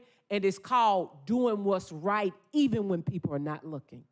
So on my final note, Vice Chair Ellis, I want to support it in some form, but I do not want to suffer because people do not follow rules, follow policies, sign in, sign out, do mileage or the other. So my concern is let's stop playing games and allowing individuals to take advantage of their position of authority. Thank you. Commissioner Hall. Thank you, Mr. Chair. Has the clerk's office always had a vehicle assigned to them? Since I've been here, yes. All right, thank you. And that vehicle has been used for what? That has been used for daily operations as far as transportation for commissioners, errands, such as we've had to deliver proclamations or pick up, take things for commissioners, just different services for the commissioners. Right. And before you got here, that vehicle was always assigned to the clerk's office. From my understanding, yes. So what additional vehicle or how many additional vehicles were assigned to the clerk's office most recently? Just the one, the SUV. Just one SUV. All right.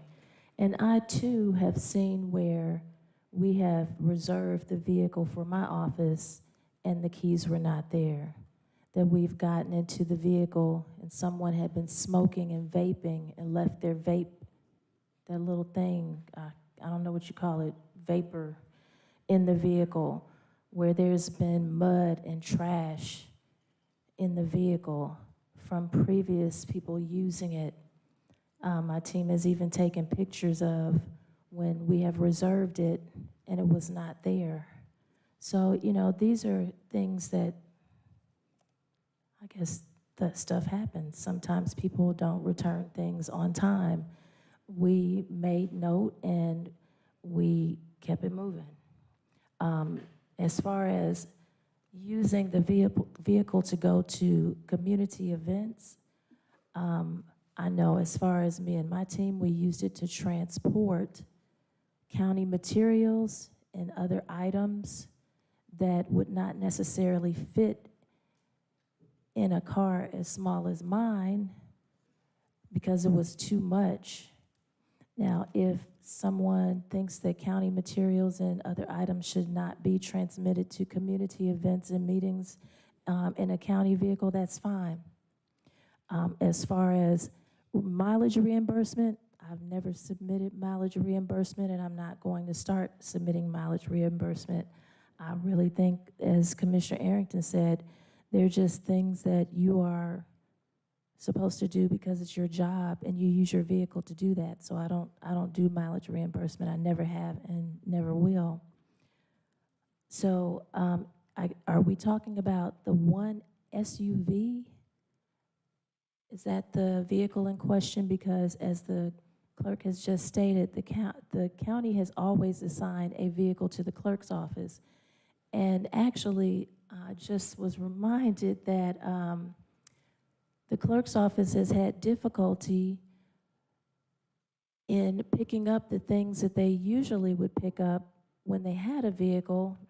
They are actually having to have things delivered.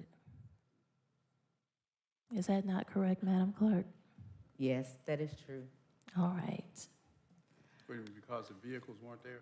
Yes, sir, because they were not able to use the vehicles because of the 30-day moratorium on the use.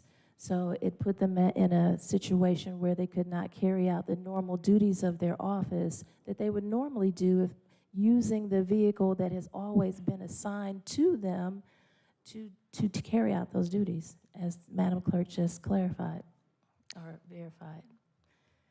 Thank you so much. Commissioner Arrington? Mr. Chair, I want to amend my motion to extend the moratorium until this matter, it's a motion to hold, but I want to extend the moratorium. If the board approves the motion to hold, I'd like the moratorium to be extended while it is held, except for use by the clerk and their staff for what they need to do. To me, the moratorium I thought was just for commissioners and commissioner staff. I didn't think the moratorium applied to the clerk and the clerk's office for what they need to do. But I'd like to amend my motion to hold to make it clear that the moratorium should stay in place until we voted up or down. Obviously, if we voted up or down today, then there won't be a need to extend it. But my motion is to hold this so that we can have further discussions. I think there are some very valid points made by everyone that spoke, and I think we just need to kind of look at those. But to me, the problem is this, what we thought were two vehicles, but really we found out is only one vehicle that has now been assigned for Board of Commissioners. But, and so I'll leave it there. And I second that. Well, the motion is already on the floor, made by Commissioner Arrington, and you seconded it, Commissioner Hall. Do you accept his, all right? Yes, I do. So the amended motion, everybody understands that. Anybody else that want their day in court here today? Can you repeat the amended motion, please? To hold, and while it's being held, to extend the moratorium that was already in place, but the moratorium said a minimum, I think, of 30 days. It could go on ad infinitum, but that's the motion. Thank you. All right, so I hope we vote this thing up or down today, and I'm really tired of fooling with it. So you heard the motion. The primary motion on the floor is to hold. Let's vote. And the vote is open on the motion to hold.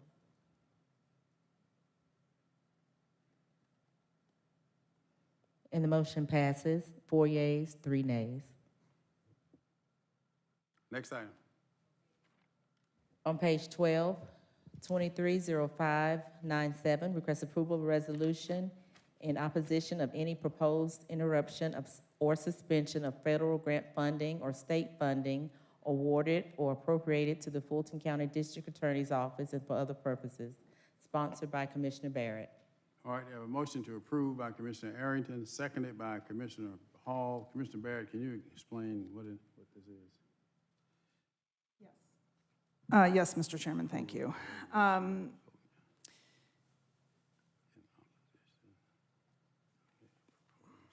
There have been threats made and actions taken at the federal and state level to defund our district attorney's office.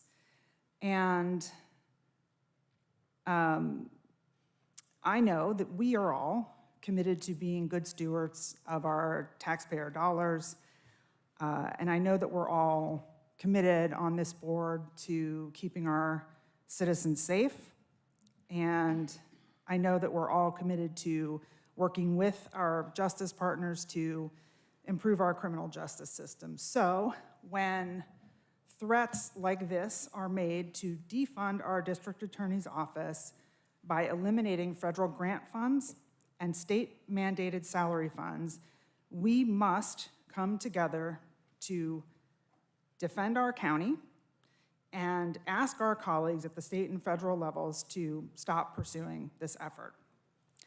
It is critically important that they and our citizens understand the consequences of the possibility of defunding our DA.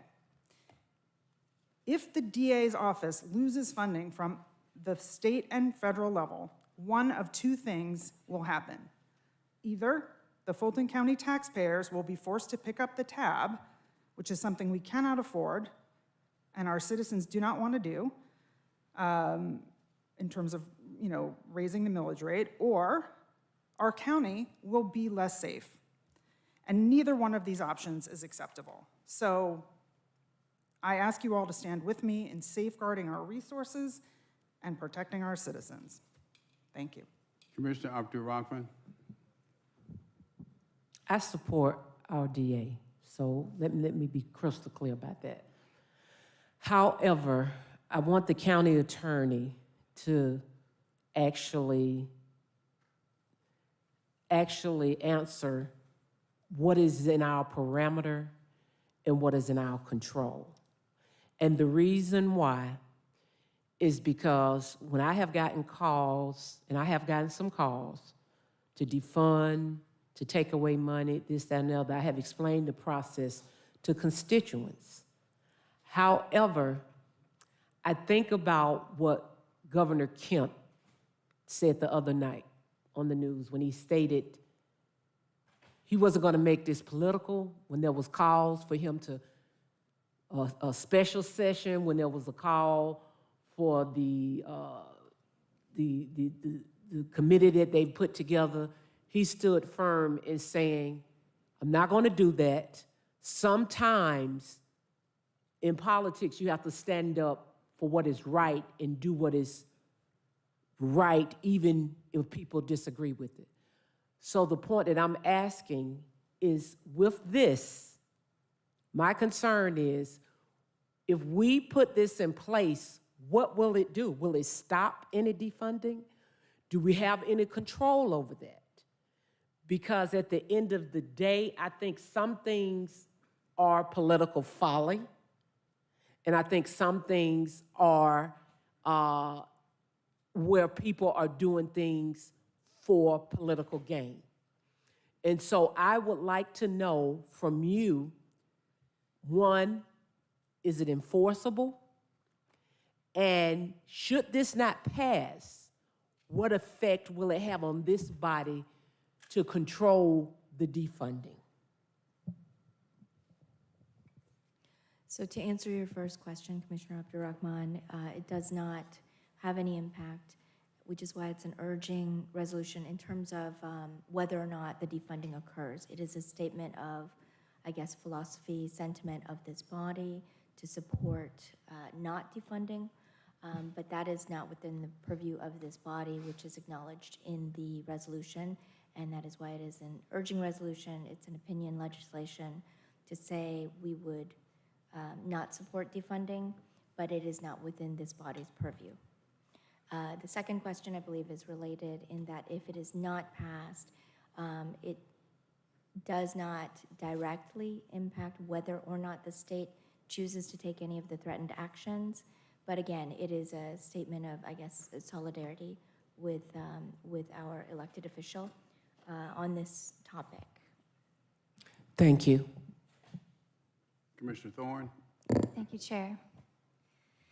Boy, these urging resolutions.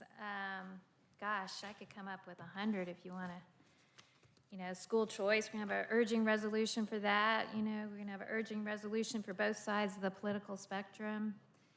I mean, I feel like these resolutions, these highly partisan resolutions, only divide us as a county. And I ran because I wanted to be able to work across the aisle. Democrats and Republicans work across the aisle. And I feel like this damages that. It's a highly partisan thing.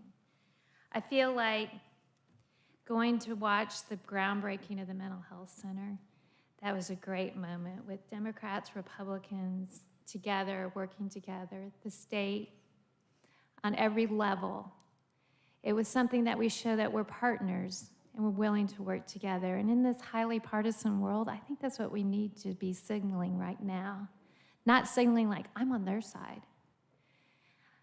I look at this resolution and it just saddens me. It does, because we're saying it's partisan to look at how tax dollars are spent, but it's not partisan to stop an investigation.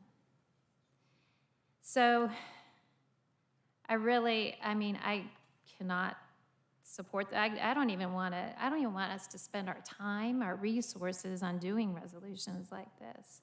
I mean, it says in here, United States Representative Marjorie Taylor Greene and State Representative Jim Jorley falsely stated that federal grant money played a direct role in the prosecution of Donald Trump. They did not say that. I went and I pulled the articles. They said they want to investigate to see if federal money was spent on the investigation. So that's false. It goes to cites the August 30th Atlanta Journal-Constitution reported that members of the Georgia Assembly are considering sanctions and unprecedented funding cuts to the Fulton County District's office. So we're going to cite an article written by Greg Bluestein. He's considered one of the most partisan writers in the AJC. He only does hit pieces on Republicans.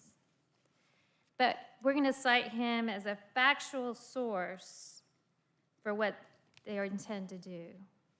Now, I ran on transparency, and I fully support Fani and her efforts that she's doing to curb recidivism, the PAD programs, all of that.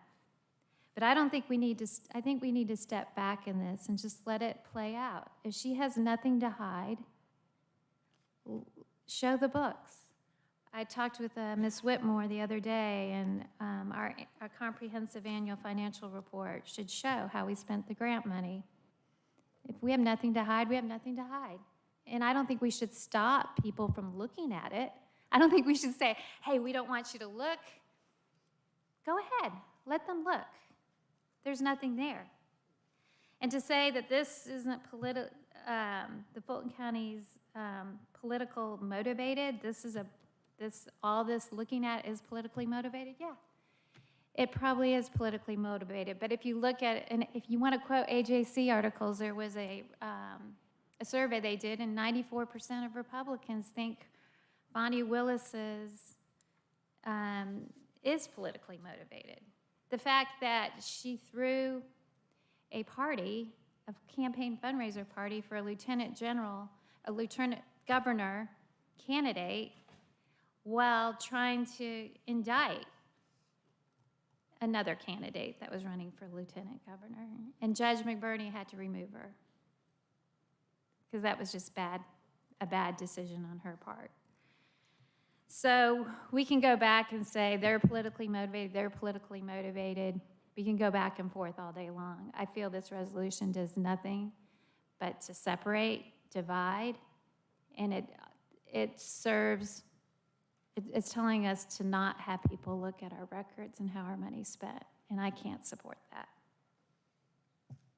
All right, anyone else? Yes, Mr. Chair. Commissioner Arrington. I'm supportive of our DA. I would like maybe for Commissioner Barrett to address the specifics of the resolution. I do not think that any grant funding, federal or state, should be suspended or anything from our district attorney. But certainly I don't want to have something in a resolution that may or may not be true. And, you know, I think all of our records are subject to open records requests. I think all of the district attorney's records are subject to open records requests. So if you could address whether this resolution attempts to prevent our district attorney from being subject to open records requests, and the veracity of the contents therein, that would be great. Thank you, Commissioner Arrington. Yes, this is, as our county attorney said, just an urging resolution directed to our colleagues at the state and federal level to stop any efforts to defund the district attorney's office. So that part, there's nothing that would prevent anybody searching open records or anything like that. And as to the veracity of what is in the resolution, I can specifically speak to the grant funding that is not going to anything that would have to do with prosecuting anybody. The federal grant money, we approve all the federal grants that come in. All of the grant money is directed to programs that do things like go towards diversion programs, victims' rights groups, or victims' rights programs rather, and things like that. So there are things that that the district attorney's office does to, make life better for the people in Fulton County who are dealing with the criminal justice system. As to the news reports, yes, I can state that to the best of my knowledge, the things in the resolution are true. I mean, there's nothing made up in there. So, and again, this is just a resolution that is based on what has been reported in the news, what has been discussed by our federal and state colleagues publicly on social media, to reporters, et cetera, et cetera. And so it is in response to their ongoing challenges and, attempts to punish our district attorney through taking funds away. And again, pointing out that if those funds were to disappear from our coffers, we would either have to leave programs and staff unfunded, or we would have to pick up the tab. That's what would happen if their efforts were to continue and succeed. Thank you. Commissioner Ellis? I'll just be real brief. I'm not sure if funds went away that they would improve or unimprove our results based upon where they are right now. So, I guess the best way, I think, for us to not draw attention to ourselves and not invite criticism, whether it's us or whether it's another elected official, is to do a good job. And if we could pass this resolution, maybe we can send them a copy of our current criminal justice scorecard so they can kind of see how we're doing right now, too. All right, anything else? Commissioner Thorne? Yeah, and I did get a lot of emails too, and got bombarded, and a lot of people sent me stuff that they had pulled on our county website. And it looks like we have spent $548,000 or almost $550,000 on outside legal fees to Nathan J. Wade. And those weren't state funds, those weren't federal funds, those were taxpayer dollars. So it would be good if we could find out how much of our tax money is being spent on this trial. It would be good for the taxpayers that if we could find that out. I did ask Madam DA back in January, and she said she couldn't tell me at that point, and she said it wasn't very much money at all. So I'm hoping that she'll come forward and she can maybe give us a range of what our taxpayer money is being spent on. We just had 5 people die in our jail.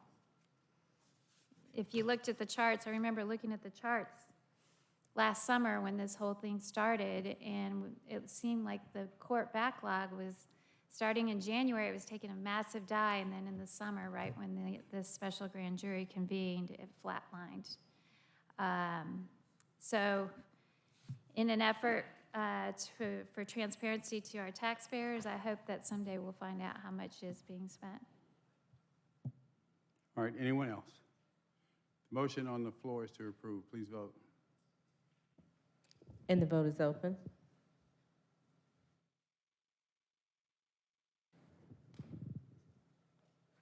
And the motion passes, 4 yeas, 2 nays. Next item. Page 12, 230599, Fulton Atlanta Land Bank Authority. Commissioner Hall has nominated Anita Harris for a full board appointment to a term ending August 7th, 2027. All right, Commissioner Thorne. I was just wondering, can we appoint, I mean, is that a precedent that we can appoint staff to be on boards? I'm sorry, I was talking. What's your question? Is it proper procedure for us to appoint staff onto boards? Is that something, is there anything, I mean, I think Anita is a great person, but I was just wondering if there's a conflict of interest if you have your staff appointed to boards. Well, Is there I'm any not sure. precedent? I'm not sure of the conflict of interest. I'm probably in the best position to answer that. I'm not aware of any approved or adopted policy for us not to appoint a staff member to a board, commission, or authority. Memory serves me correctly. But the practice through the years has been not to do so, and I think that's been a good policy. But I'm not aware of any legislation on the books that says that cannot happen. So is there a motion? Oh, Commissioner, you want to be heard? Make a motion. Thank you. I received a phone call from the Executive Director of the Land Bank Authority, Christopher Norman, indicating to me that there were a number of appointees whose time have expired on this authority, and that there was a need to speedily appoint in those vacant seats so that he could go ahead and move forward with the business that he needs to do, and it needs to be done in a timely fashion. He said that there are things that needed to be voted on that he needed done, and he needed a quorum. And he said it would impact his ability to move forward with the work of the authority. And he told me that there have been commissioners, city officials, and other elected officials and their staff that have served on this board before. And I said, oh, I didn't know that. And he said, you have very capable staff who you could appoint if they are willing to serve on this board. And I said, well, I will ask around, and I'll ask my team as well. And that's how we ended up here. Thank you. Commissioner Abdul-Rahman. My concern with this is appearance of interference from an elected official, appearance of conflict. I go back to my earlier statement. Because we don't have a policy does not mean it shouldn't be done. My personal opinion, having dealt with board members that sometimes have to educate me, they sometimes have to tell me, Commissioner Khadijah, this came before the board. We discussed it. My opinion is so-and-so, so-and-so, so-and-so. I think the proximity of a commissioner and their staff is too close. I would ask the county attorney if this would or could appear, whether it is or not. I'm not asking you that, county attorney. I'm asking you, could this appear, because it is a staff, a paid position for a sitting commissioner versus community people. I think Anita is highly qualified. I think she has a lot to offer. My concern is appearance of a conflict, appearance of interference by a commissioner if that commissioner appoints their subordinate to the board. So if you can speak to that, County Attorney, I would appreciate it. Thank you, Commissioner Abdurrahman. Although the Board of Ethics is the arbiter of the Ethics Code, and as you stated, there's certainly no question that's been raised as to whether or not there's an actual conflict of interest regarding Ms. Harris. The closeness of the relationship between the commissioner and the chief of staff could raise a question as to influence, and that is what I would presume to be the origin of the practice of not appointing staff members, as has been observed in practice by the board up until this point. It is possible that could be raised. Thank you.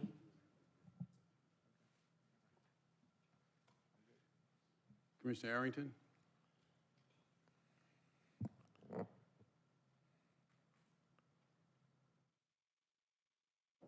I think we have precedent for appointing not only staff members, but former staff members and even commissioners to serve in these spots.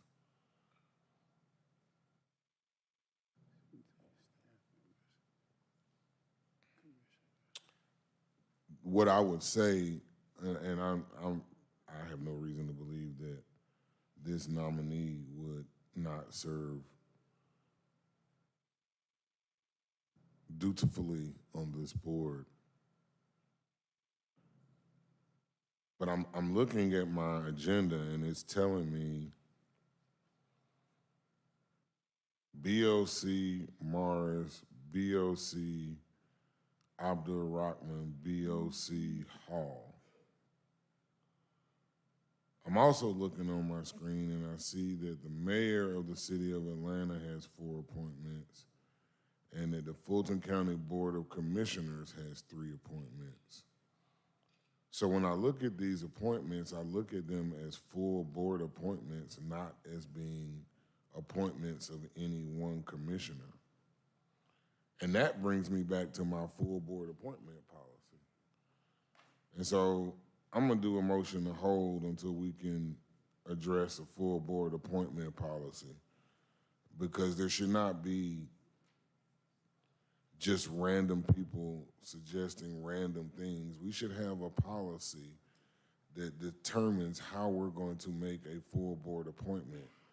Anytime there are less than 7 appointments by this board, then it becomes a full board appointment. And again, as I stated before, I believe we owe ourselves and our constituents to develop a full board policy in regards to how we make these appointments. I will second that. Are you finished? I'm in the queue. Yeah, I'm gonna second his hold, and All right, and then I'm going to. motion by Commissioner Arrington is to hold. It is seconded by Commissioner Hall. Yes, thank you. And are you finished, Commissioner Arrington? Okay.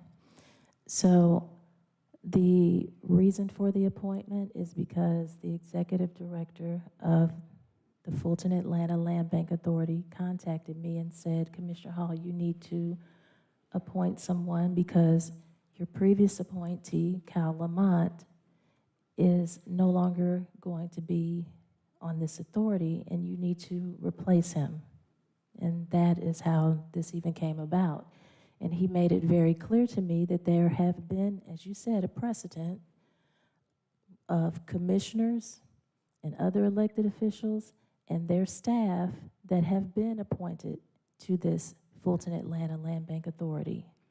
And he made a recommendation to me that I not only look into the community, but look at my own staff, because it has been a precedent that elected official staff have been appointed in the before, because they live, some of our elected staff live in Fulton County, live in the city of Atlanta, and as you have made it clear, there are appointees coming from the city of Atlanta as well as Fulton County. So that is how this came about. But I agree that we should hold it, and I second that. Thank you. Motion on the floor is to hold. Anybody else want to be heard? Not, let's vote on the motion to hold. And the vote is open on the motion to hold. And the motion passes, 5 yeas, 1 nay. All right, 1:48, ladies and gentlemen, I'll entertain the motion to recess for lunch and executive session, issues of real estate, litigation, and personnel. Let's vote, please.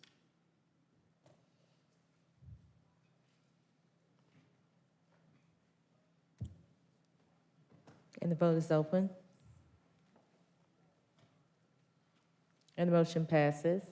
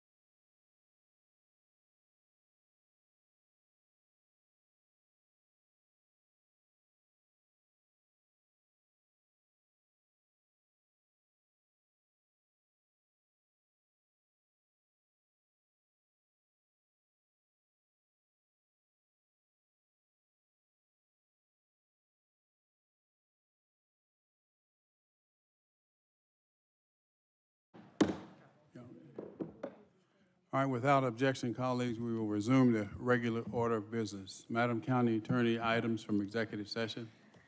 Yes, Chairman, thank you. Is there a motion to approve the request for representation set forth in item number 3 of the executive session agenda? Is there a motion? A motion to approve by Commissioner Thorne, second, no. What does that mean? Yeah, it is too. I don't know what that Go means. back down. Does it say that? We've always had a say. Seconded by Commissioner Barrett. Let's vote, please. What's going on with this? Open the vote.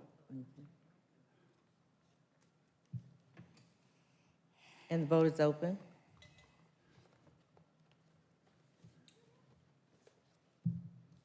And the motion passes, 6 yeas, 0 nays. Is there a motion to approve engagement of outside counsel in the item set forth as item number 4 of the executive session agenda?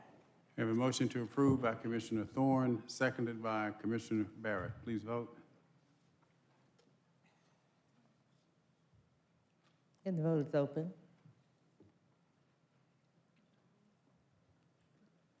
And the motion passes, 6 yeas, 0 nays.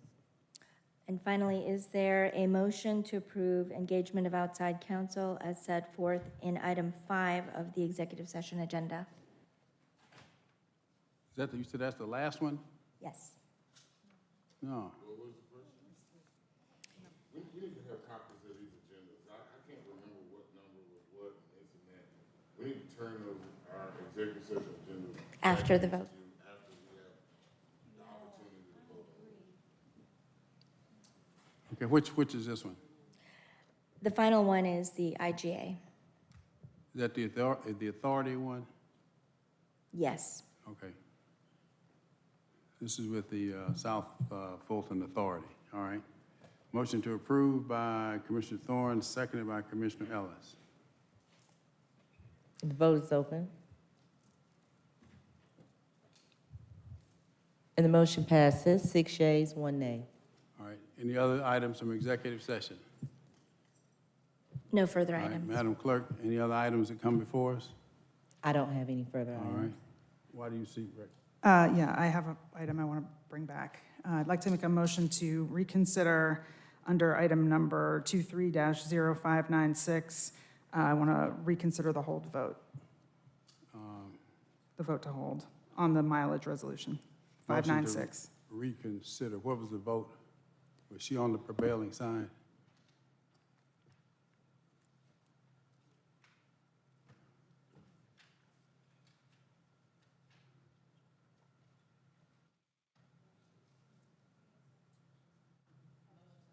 It was the motion to hold on 596. Did she vote on the prevailing side? That's the question.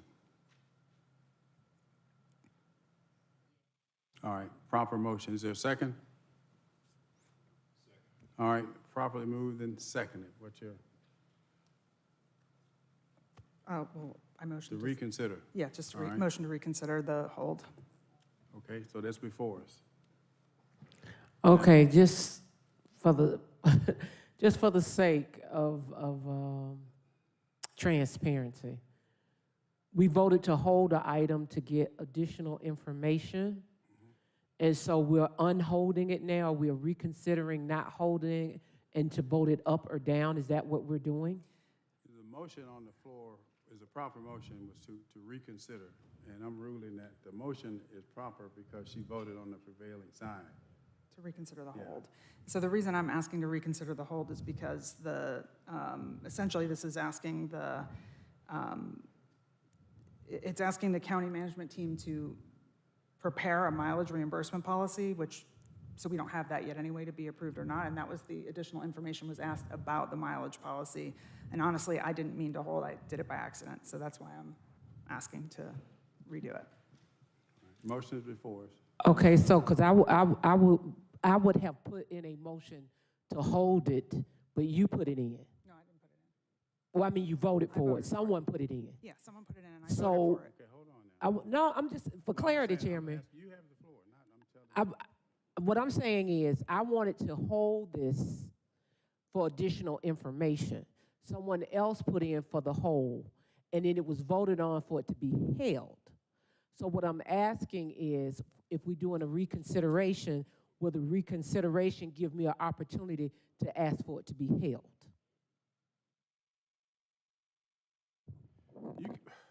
I'm asking. Okay, wait, just a minute. I got to be able to ask a question if I don't know. If I don't know, I don't know. I'm trying to process your question. Okay. All right, trying to process your question. What's before us now is to approve 230596. That was, well, yeah. And you want to make a substitute motion to hold. Yes. All right. Then if you're for her, just vote against the motion to hold. All right, let's put up the motion to hold. Wait, point of order.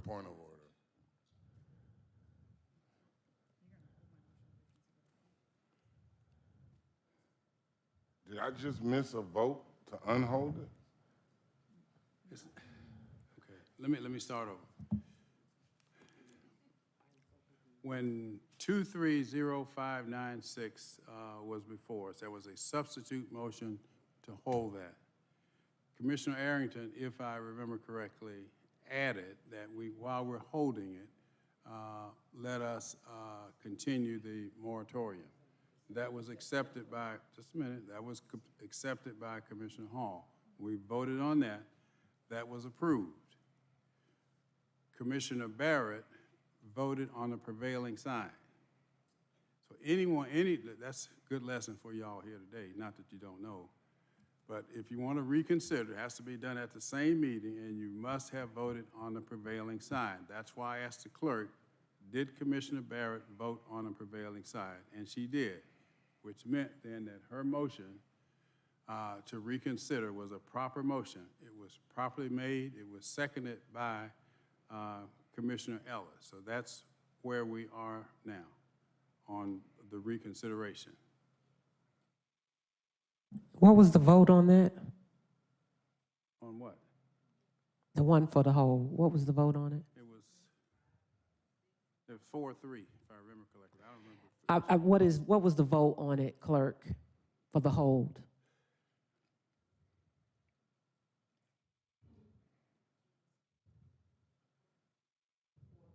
Okay, thank you. Now, what's before us now is to reconsider.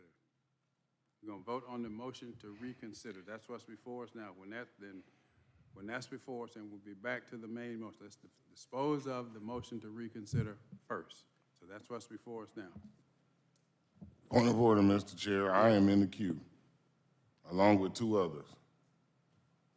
All right, that's fine. I mean, Commissioner Abdul-Rahman's finished, and Commissioner Hall, you want to vote? What's before us now is the motion to reconsider, which is a proper motion. Okay. All right, Commissioner Arrington?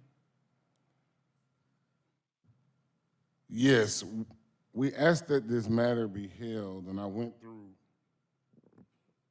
a long laundry list of reasons why it should be held, and I guess I could just go through them again, since we're going to bring this back up at 4 o'clock, 4:06.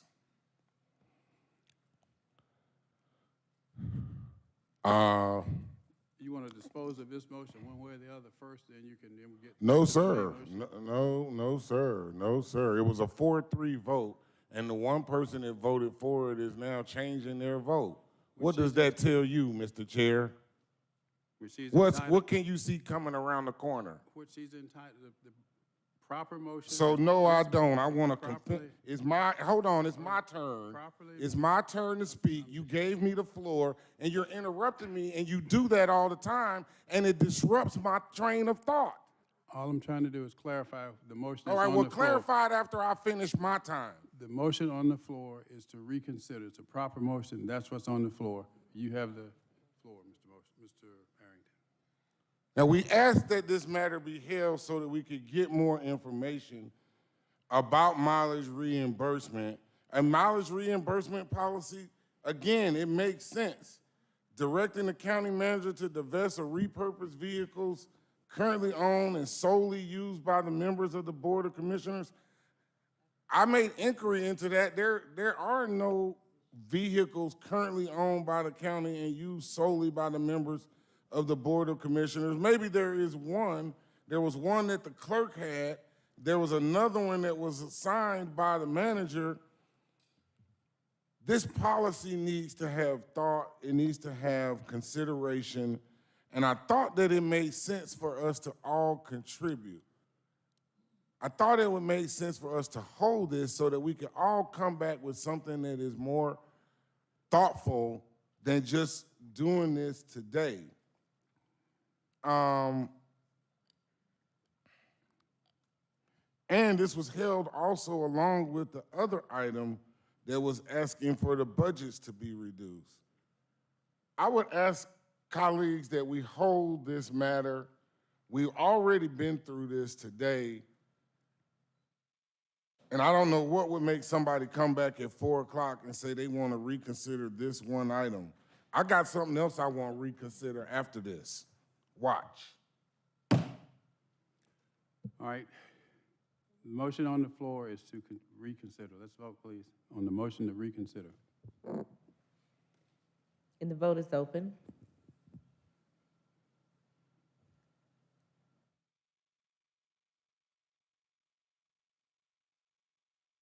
And the motion passes, 4 yeas, 2 nays.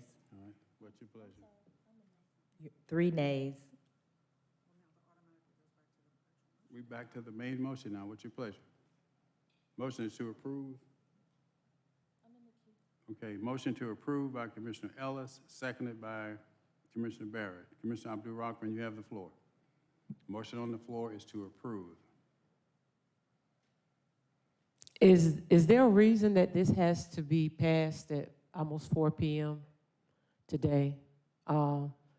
Is there not a reason that this cannot be held for 2 weeks? What is the emergency that it has to be passed today? Because I would like additional information. I'm not going to say I'm on one side or another, but I did ask some questions that I would like to get answered. And I would think if it is not something that is timely, that at 3:45, after we've come out of executive session, you know, I don't understand. So I'm just asking, I want to put a motion forward to hold it for the next meeting. All right, substitute motion to hold. Is there a second? Is there a second? Absolutely. All right. Absolutely. Properly moved and seconded to hold. Let's vote on the motion to hold. Put that on the screen. Yeah, you want to ask it now? But this is now what's before us now is to hold. Motion to hold. All right, motion to hold. Motion to hold by Commissioner Abdul Rahman, seconded by Commissioner Arrington. Let's vote on the motion to hold, please. And the vote is open on the motion to hold. And the motion fails, 3 yeas, 4 nays. All right, motion fails. Now back to the main motion, which is to approve. Commissioner Hall, you have the floor. Thank you, thank you. I just want to find out if the clerk will be able to have the vehicle that she has always had, well, even before she was clerk, if the clerk's office will be able to have their vehicle so they can continue to do the work the way that they are used to doing their work. That's all. I'd say yes. You have there will be 2 vehicles. No, there couldn't possibly be I mean, two. she'll have her vehicle. Yeah, she had one vehicle. Yeah, the sedan. Yeah. All right, the motion is to approve. Commissioner Ellis? Do we need to amend this to say that?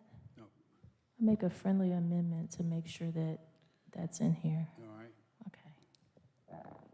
Commissioner Ellis, you have the floor. Motion on the floor is to approve. Commissioner Vice Chair Ellis. Call the question. All right, is there a second? Call in the question. Second. All right, let's vote on calling of the question.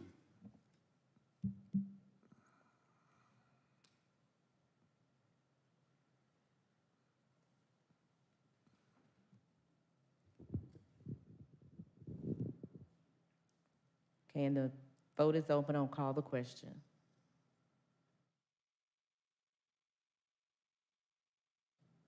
And the motion passes, 4 yeas, 2 nays. All right, back to the main motion, which is to approve. 3 with Commissioner Hall. Main motion, which is to approve. Let's vote.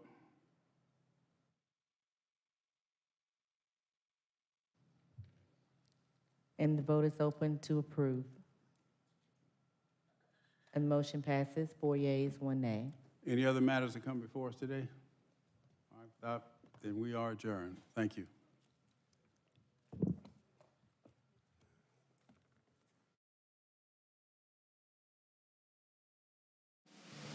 For a written transcript of this meeting, or if you need reasonable accommodations, including this communication in an alternative format due to disability, please contact the Clerk to the Commission's office at 404-612-8232.